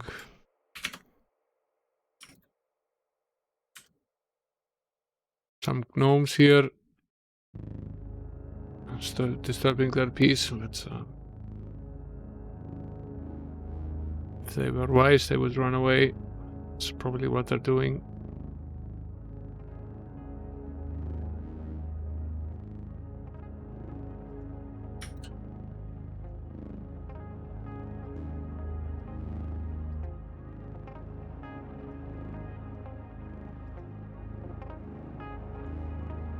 Now, it's curious to find out exactly what this spells here.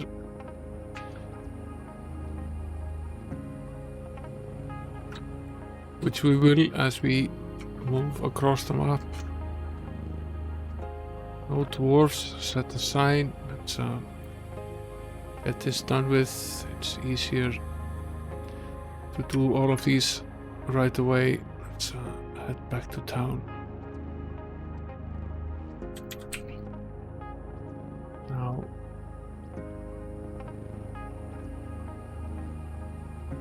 the paladin is a dwarf.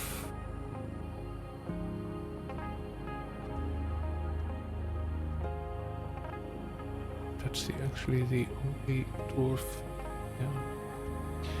Now I named the archer William Tell, and I just assumed that everyone in the party except for the sorcerer were male, but that is not the case. So in fact, the archer is very much female and still named William Tell, which is, I don't know whether that's a bigger problem from William Tell or for the archer. The spirits of Kron grant you increased strength. Yeah, we might gained a few hit points here. Potentially good thing. Let's head back to town and add Paladin back.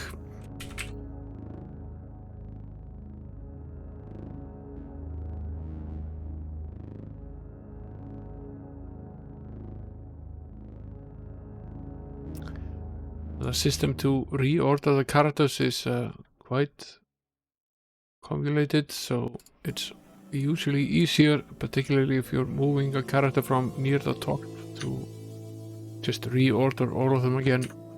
Takes less time than exchanging back and forth. Let's go back. We are about halfway done here, although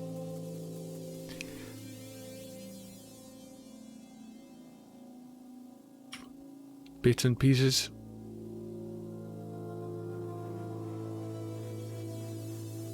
This is pretty difficult here. Bunch of frost dragons there at the bottom. Operations at the top. Well, got rid of the operations. The wizards and the frost dragons remain.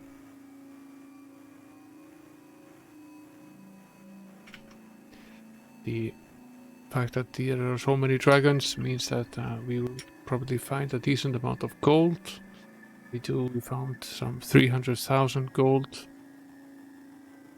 The dragons are the monsters in this game that hold the gold.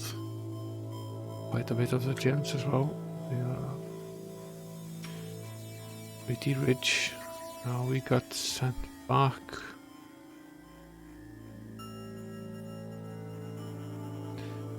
I really don't want to have this fight, but I sort of need to have it anyway. We'll be here many times. The Endless Night is the final of all of the various night type enemies in the game.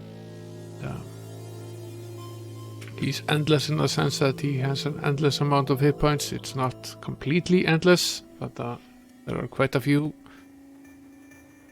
It's like the movie The Endless Summer. It would probably not have been endless, or there would not have been an Endless Summer 2.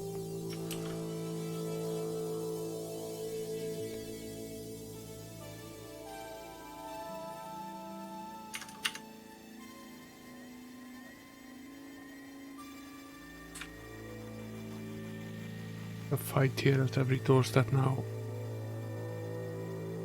Quite a few here near the bottom of the screen. Of course, we have to leave for some of these quests, which are character specific. We have to redo all of the battles in these various places. Somewhat difficult. Probably get rid of the apparition here at this point. Fight the rock.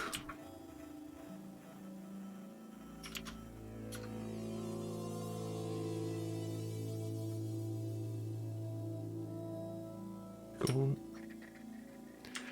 A feeling that this is the only way to get here. There's a teleport on the other side of it.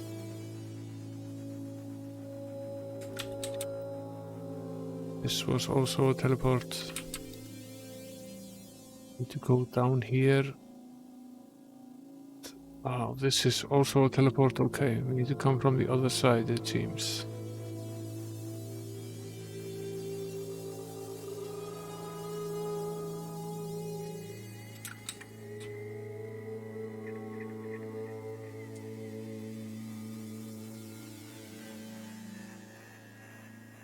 Now we can use the teleport spell in here, which is a blessing, because we couldn't do that in the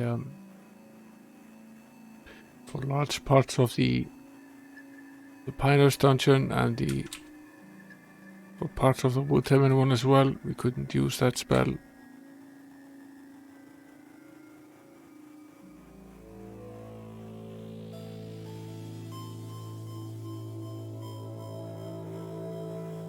Oh, the sign above a magical fountain reads Eraveb Selam. Now if you read that backwards, it reads Meus Beware, so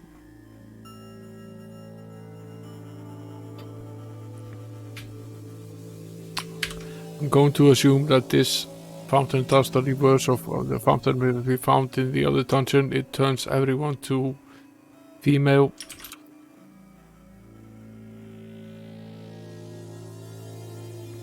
Now, some of these are potentially useful in the game, but only if you can reverse them, and in fact the only way to do that I can see in the game would be to use the other fountain. So you could either have an all-female or an all-male cast of characters, so that's not potentially useful, perhaps. There are benefits to having the mix. Now, how is it that we are able to... We can go here. We have to have this fight here.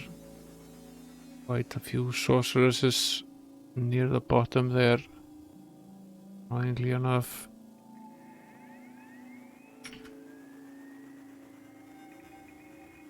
Well as the Ooze warriors, they are annoying enough. Did quite a bit of damage to us here, so including killing the cleric off.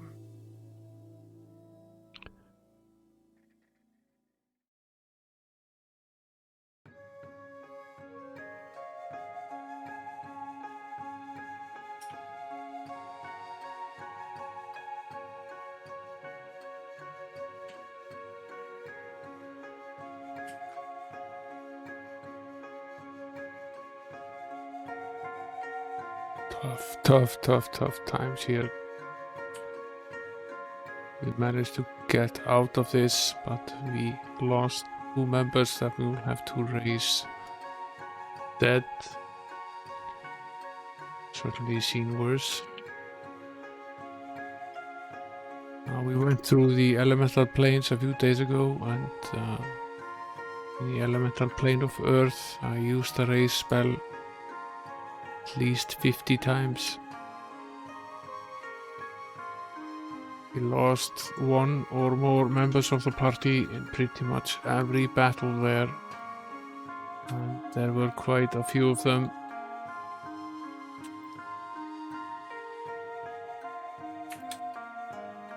Now, what does this spell out here?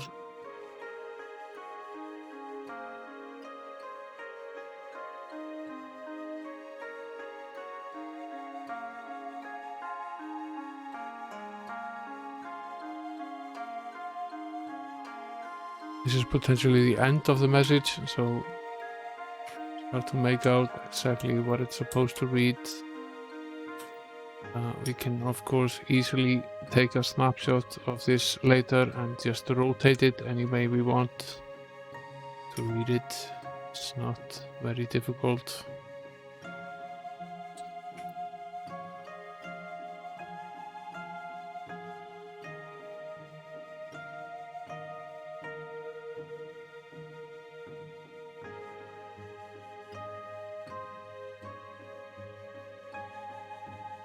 It's another teleport to make things more fun for us. See if we can make it here. Yes, we can. So this is potentially something we can do here. Leaves this square here below this, which is definitely a teleport, but we'll access it anyway. Get it out of the way.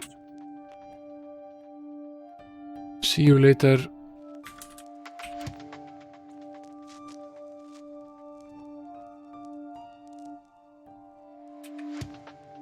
This is a teleport, of course.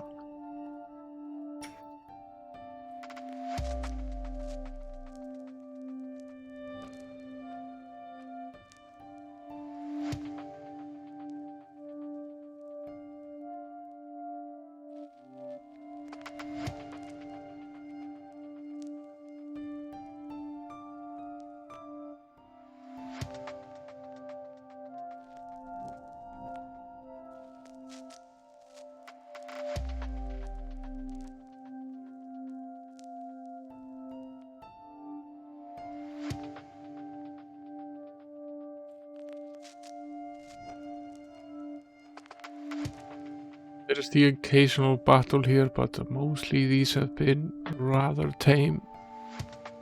This one is slightly difficult. There are some 16 of the vampires here. They are cast fireballs, so it's easy to deal with. At least start working on taking them down. Now, few of them aren't a problem, but 16 certainly are. Luckily, we have at least 2 bouts of the dancing sword spell left, so we have ways of causing a lot of damage to many monsters at the same time.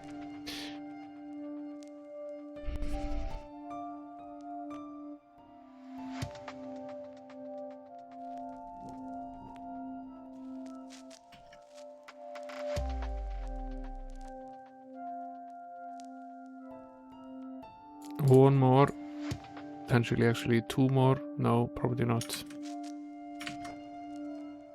Not far from being able to cast another one after this.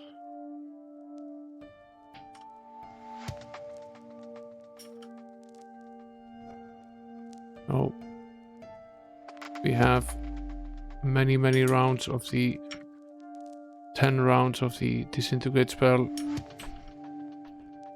Those additional spell points, they matter a great deal. Might not seem as though if it's an increase of about 10% matters that much, but it really does.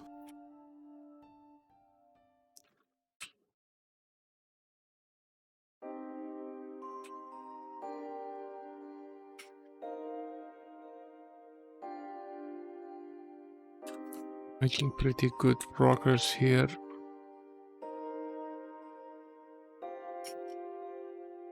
It goes so much faster when you don't constantly get teleported around.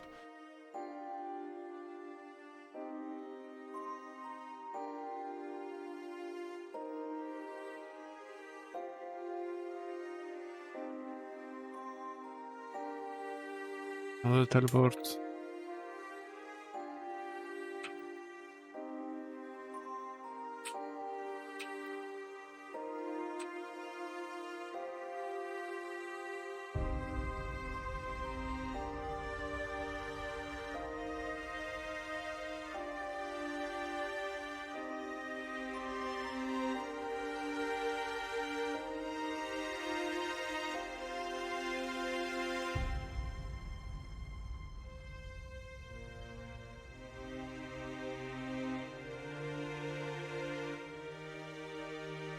What happened here? Yes, it's the hatchet man. Okay.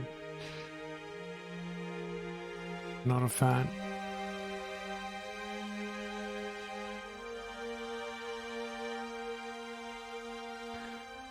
Not a fan of the hatchet man at all. He's very annoying.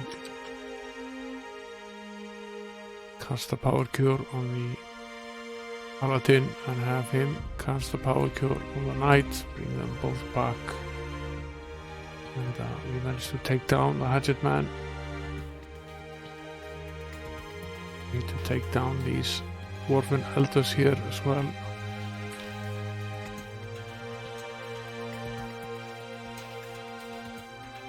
Drive the knight again.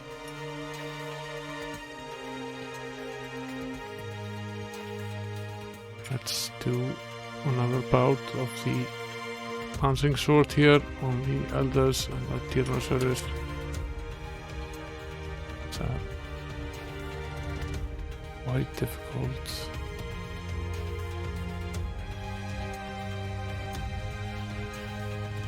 Overall, the battle here has actually been quite hard. Escaped fairly easily so far in this dungeon.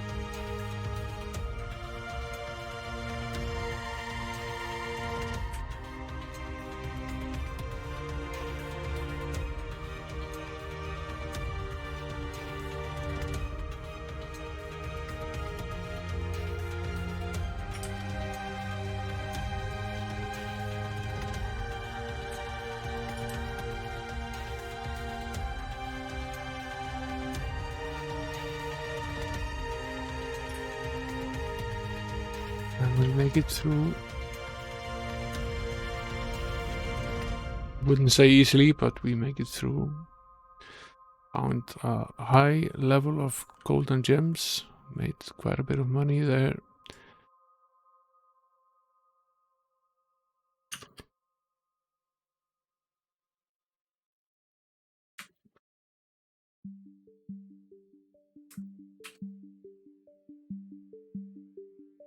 More fights.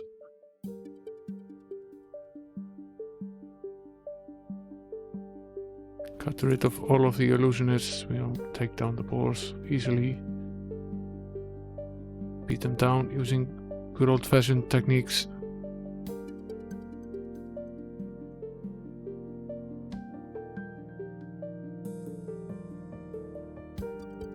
There we go.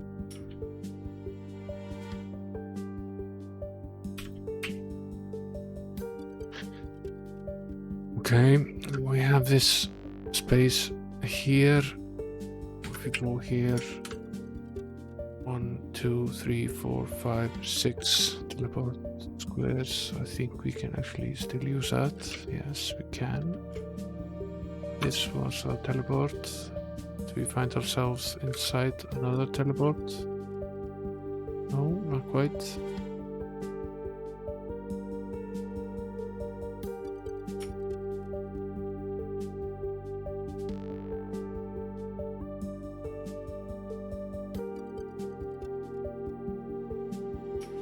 Did manage to run away now. I'm not really all that interested in having these fights.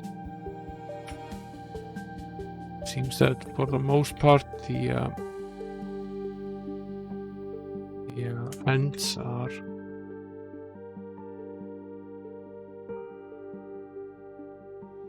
a giant level on the wall labeled AE. Pull it.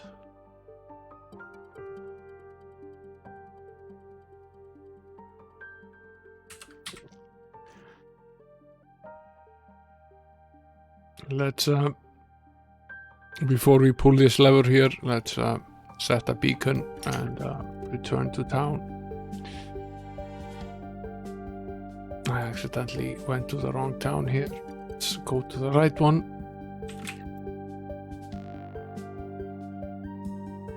I daren't pull this lever without saving the game. We've completed so much of this mapping that thought of losing all of it is rather grim. So let's not do that. We've surprisingly actually made a little bit of money.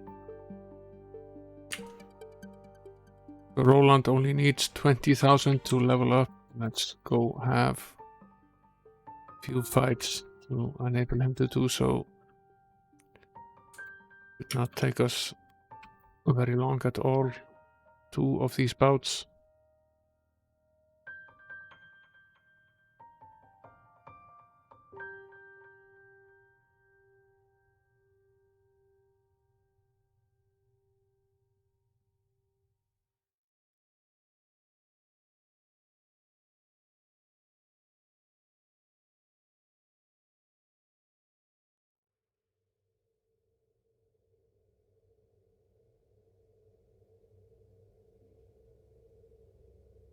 A level is a level, so we'll take it. He gained quite a few hit points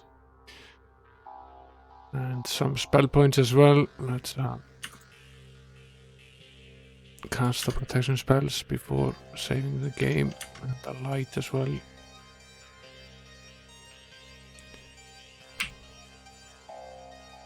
Yeah, later Longshanks have a nice rest of the night and sleep well, dude. Thanks for coming. Hope to see you again here soon. This game will end at some point. We will finish it. Now let's see what happens if we pull this lever.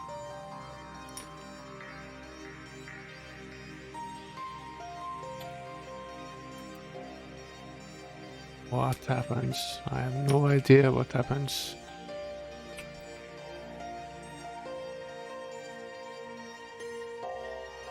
This is a fairly tame battle. It's just a top level here that is the least dangerous. The adventure.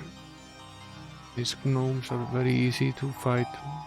Allow them down here one by one. It's not but the lever did. You sort of have to wonder if it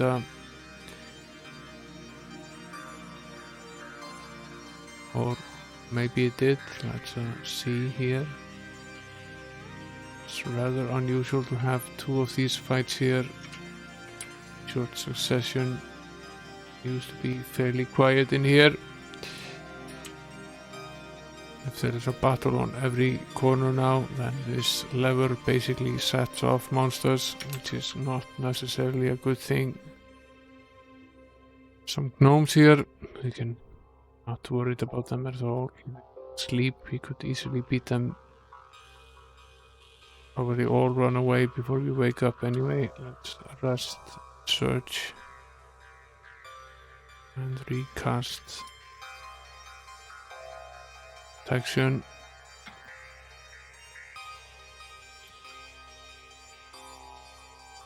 There's no battle here, so it isn't everywhere. It's a lot of battles now, so let's not do this. Yeah, surprisingly, because the gnomes aren't very known for being all that tall, so it's sort of funny. Now this lever definitely turns on additional monsters, and although this is a monster level as well, let's see if the next one is as well. Otherwise that theory might be shot. Let's see.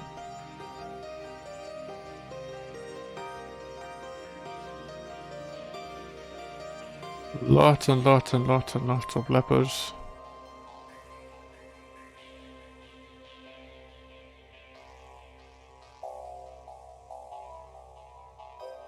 Yeah, Longshanks mentioned that as well, that it says Central Research Observatory or something to that. Something to that nature. And that particular lever that we found there sort of proved that point to a degree. And there are battles to be had in all of these locations, it seems, so Our lever does not seem to have done anything with that, so we might as well go pull it. Let's finish off the rest here. To take care of these swamp beasts before they kill all of us.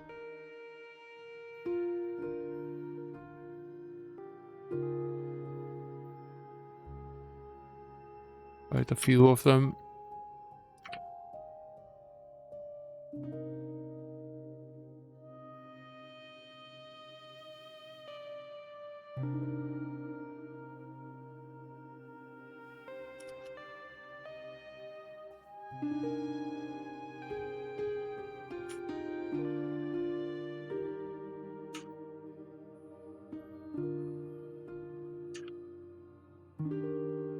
At least the lever seems to have done very little, if anything.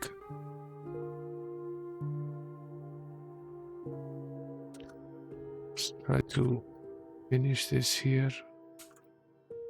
There isn't a great deal left. It's very tempting to try to finish this one off as well, and we're done with the castle dungeons.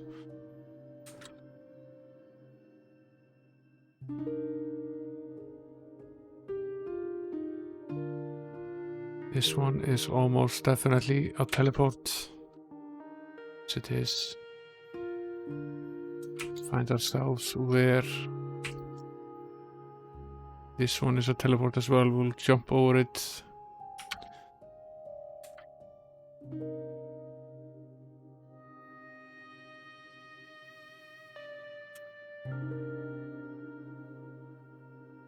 This is a fight.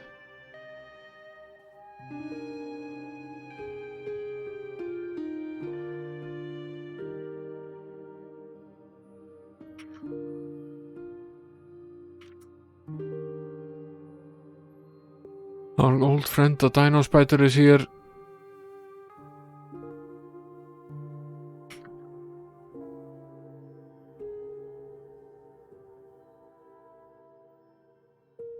He's pretty tough.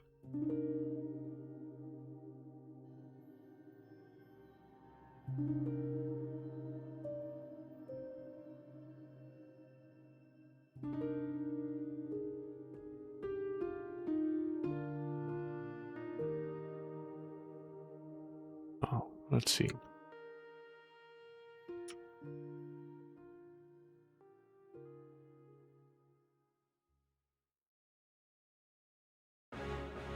Central Research Observatory.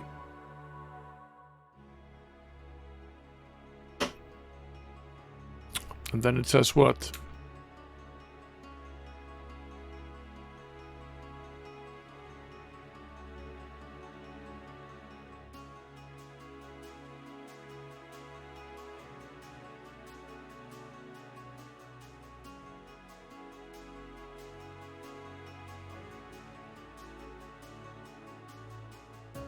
Bit of the crypt fiend here.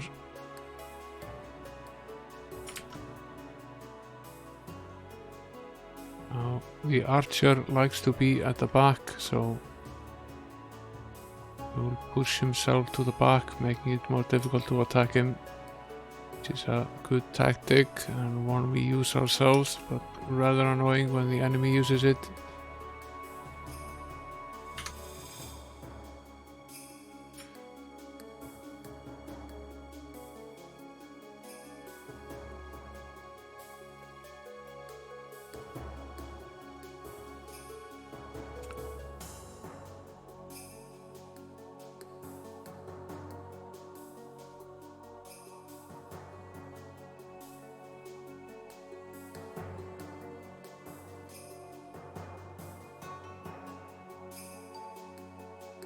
Should start to get pretty clear for us now. Of course, this is a teleport. It's being the troll game that it is. Let's go on forward here. And ourselves here within this.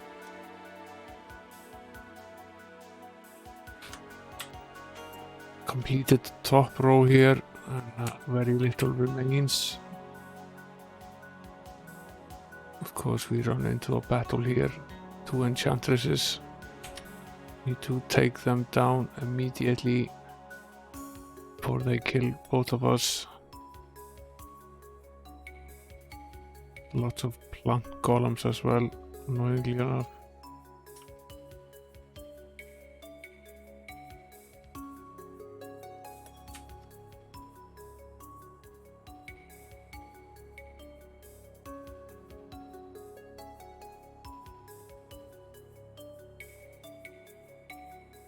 Prior attack, let's have him cast the power cure on the robber, bring him back. We should start taking down these golems. This is going to be a tough fight if we don't get one of them out of the way, because Tyrannosaurus is there at the bottom, so we sort of need to get the golems out of the way so we can start attacking them. Let's start using the disintegration spell to take down, at least these are plant golems, not stone golems. They are so much easier.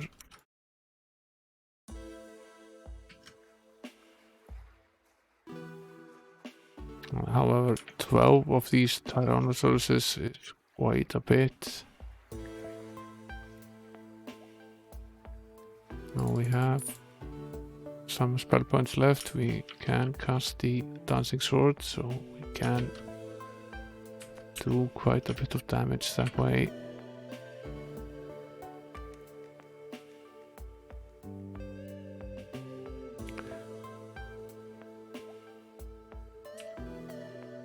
There are only 7 of them left now, which is considerably better than it was just a moment ago. We can take them down like this. Eventually manage that. Cure the poison here. Rest again.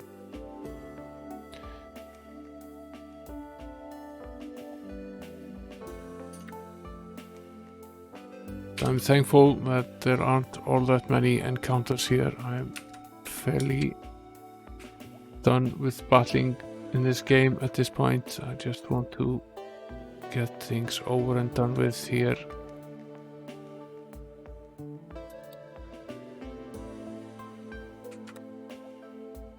Yet another teleport, and now we find ourselves there, so we can at least complete this. Another teleport. Now we're down here. How many squares? 1, 2, 3, 4, 5, 6, 7. We need to go 8 squares up. Let's do that then. And ourselves here.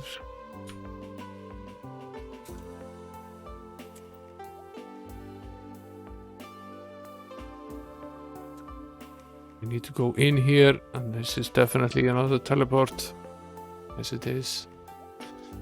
And teleport to a teleport for that matter. So, 3, 4, 5 forwards. Finish this using the teleport spell. And 1, 2, 3 up.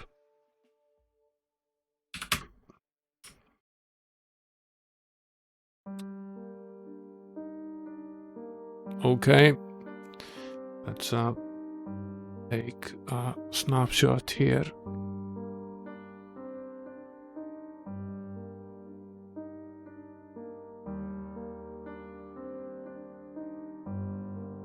Central Research Observe.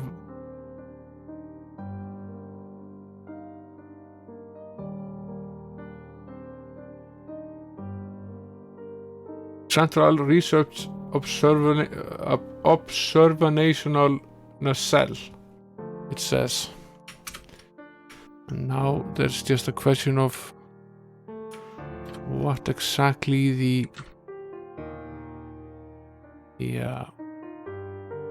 bottom there does. There's a barrier at the end of the room.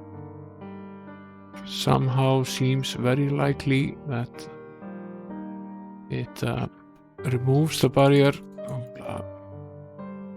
Curious to see what happens if we press it. Let's Level 2, I will come on, stop attacking me.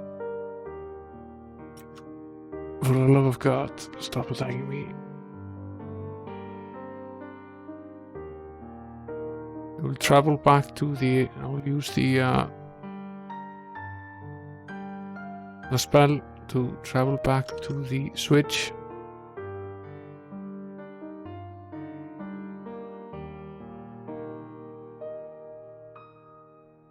I think we didn't change it after we set it. No, it's still at the switch, and I will go back to town now that we've completed the dungeon and have it fully mapped, and sell all of these trinkets here. We found a golden ring mail +1, which is potentially useful if we can use it for any character.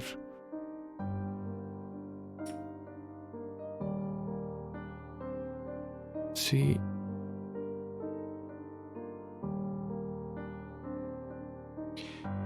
Theoretically, we should be able to do so, but we might be limited. 43, 38. We're taking quite a hit in terms of actual armor class, but we are raising luck and level quite a bit.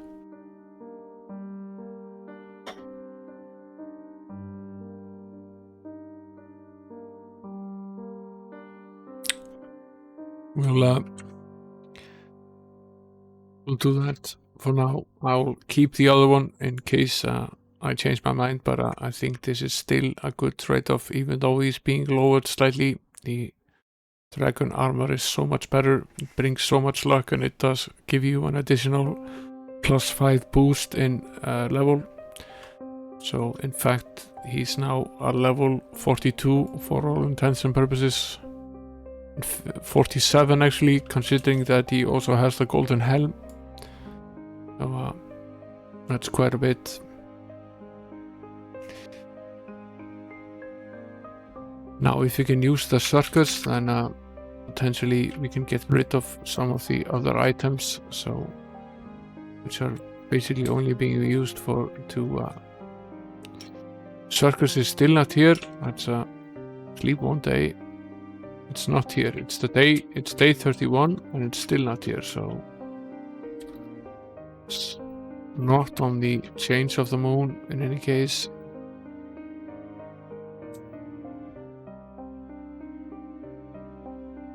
Let's go back there and use this switch. That will be the last team we do on tonight's stream. It's just been a marathon. Yes, we will pull it. Now 1, 2, 3, 4, 5, 6, 7, 8, 9. We'll go at least 9 here. Hopefully not directly into some sort of teleport. The barrier is still here.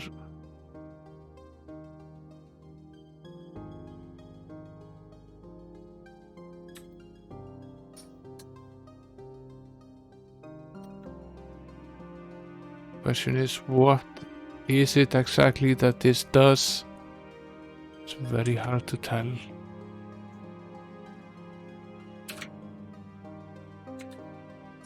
But it's also here.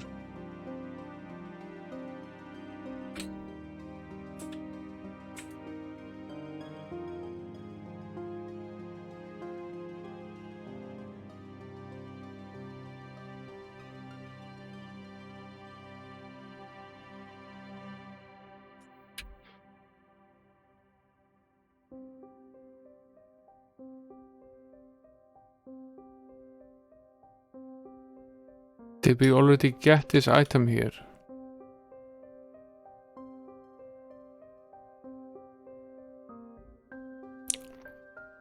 I don't think we did. I'll set a beacon here. Let's go back and leave the archer behind. Don't remember doing this. Don't think we did this. Let's go back. Teleport to last. Sun Crown. Crown Portal, Middle Gate. Back here. Reorder. What does the Sun Crown do? Gives you plus 15 intellect. Of course it does.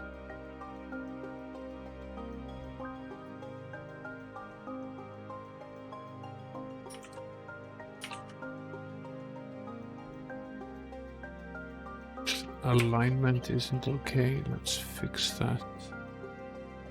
Seems our alignment has messed up at some point. Potentially that's what the switch does. Fear no evil. Turns everyone evil. So now we know what it does. We don't need to wonder about that anymore.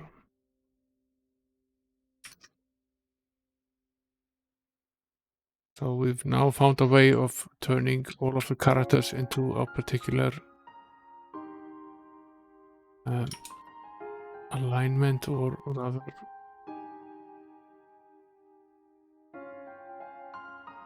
Now, do we trade this, which gives us plus 16 accuracy,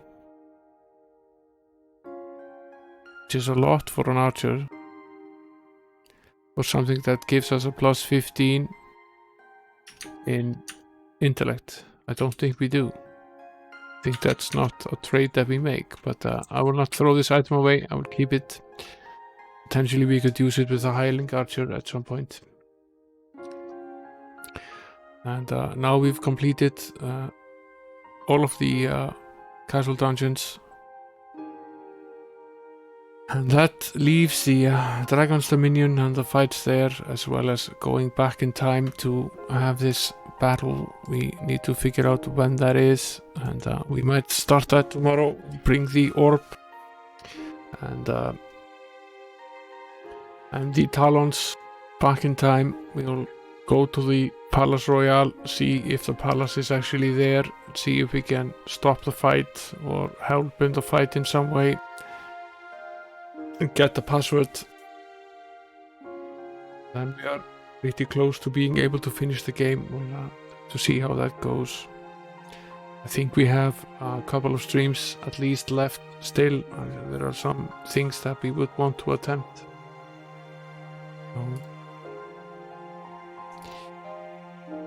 For now, I think, I don't know how many of us there actually are here at this point. I think it's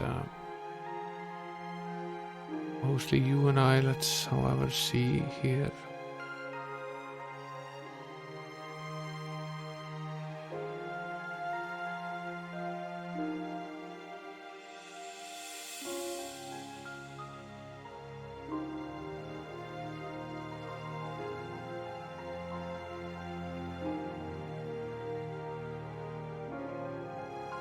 Yeah, it's just you and me. Let's skip the going for a raid of some sort. Let's just pack in the stream for the night. Thanks for coming, Gleeser. And if you're still there, Ash, thanks for coming as well. And I hope to see you guys again here soon. We will continue tomorrow night at 2200 UTC as we usually do, and start tackling the ancient battle. See if we can find when and where it is located in the game. It's good to be done with all of the dungeons except for the last one and the final fight with the dragons. We might attempt that again tomorrow. We've leveled up 2 or 3 levels since we attempted it last time. Gained some additional hit points as well. But what I find more likely is that we will have that wait until we figure out the circus puzzle. It's weird to me that we still haven't found the circus. We've now been there at various different times of the year, and I find it very hard to believe it's only there for one day, but we'll have to see. We have no hints and no way of knowing when it's there, so you'll just have to keep on going there on a regular basis and check. But for now, good night. I'll leave you with extra and see you tomorrow. Have a have a nice night and a nice sleep. Later.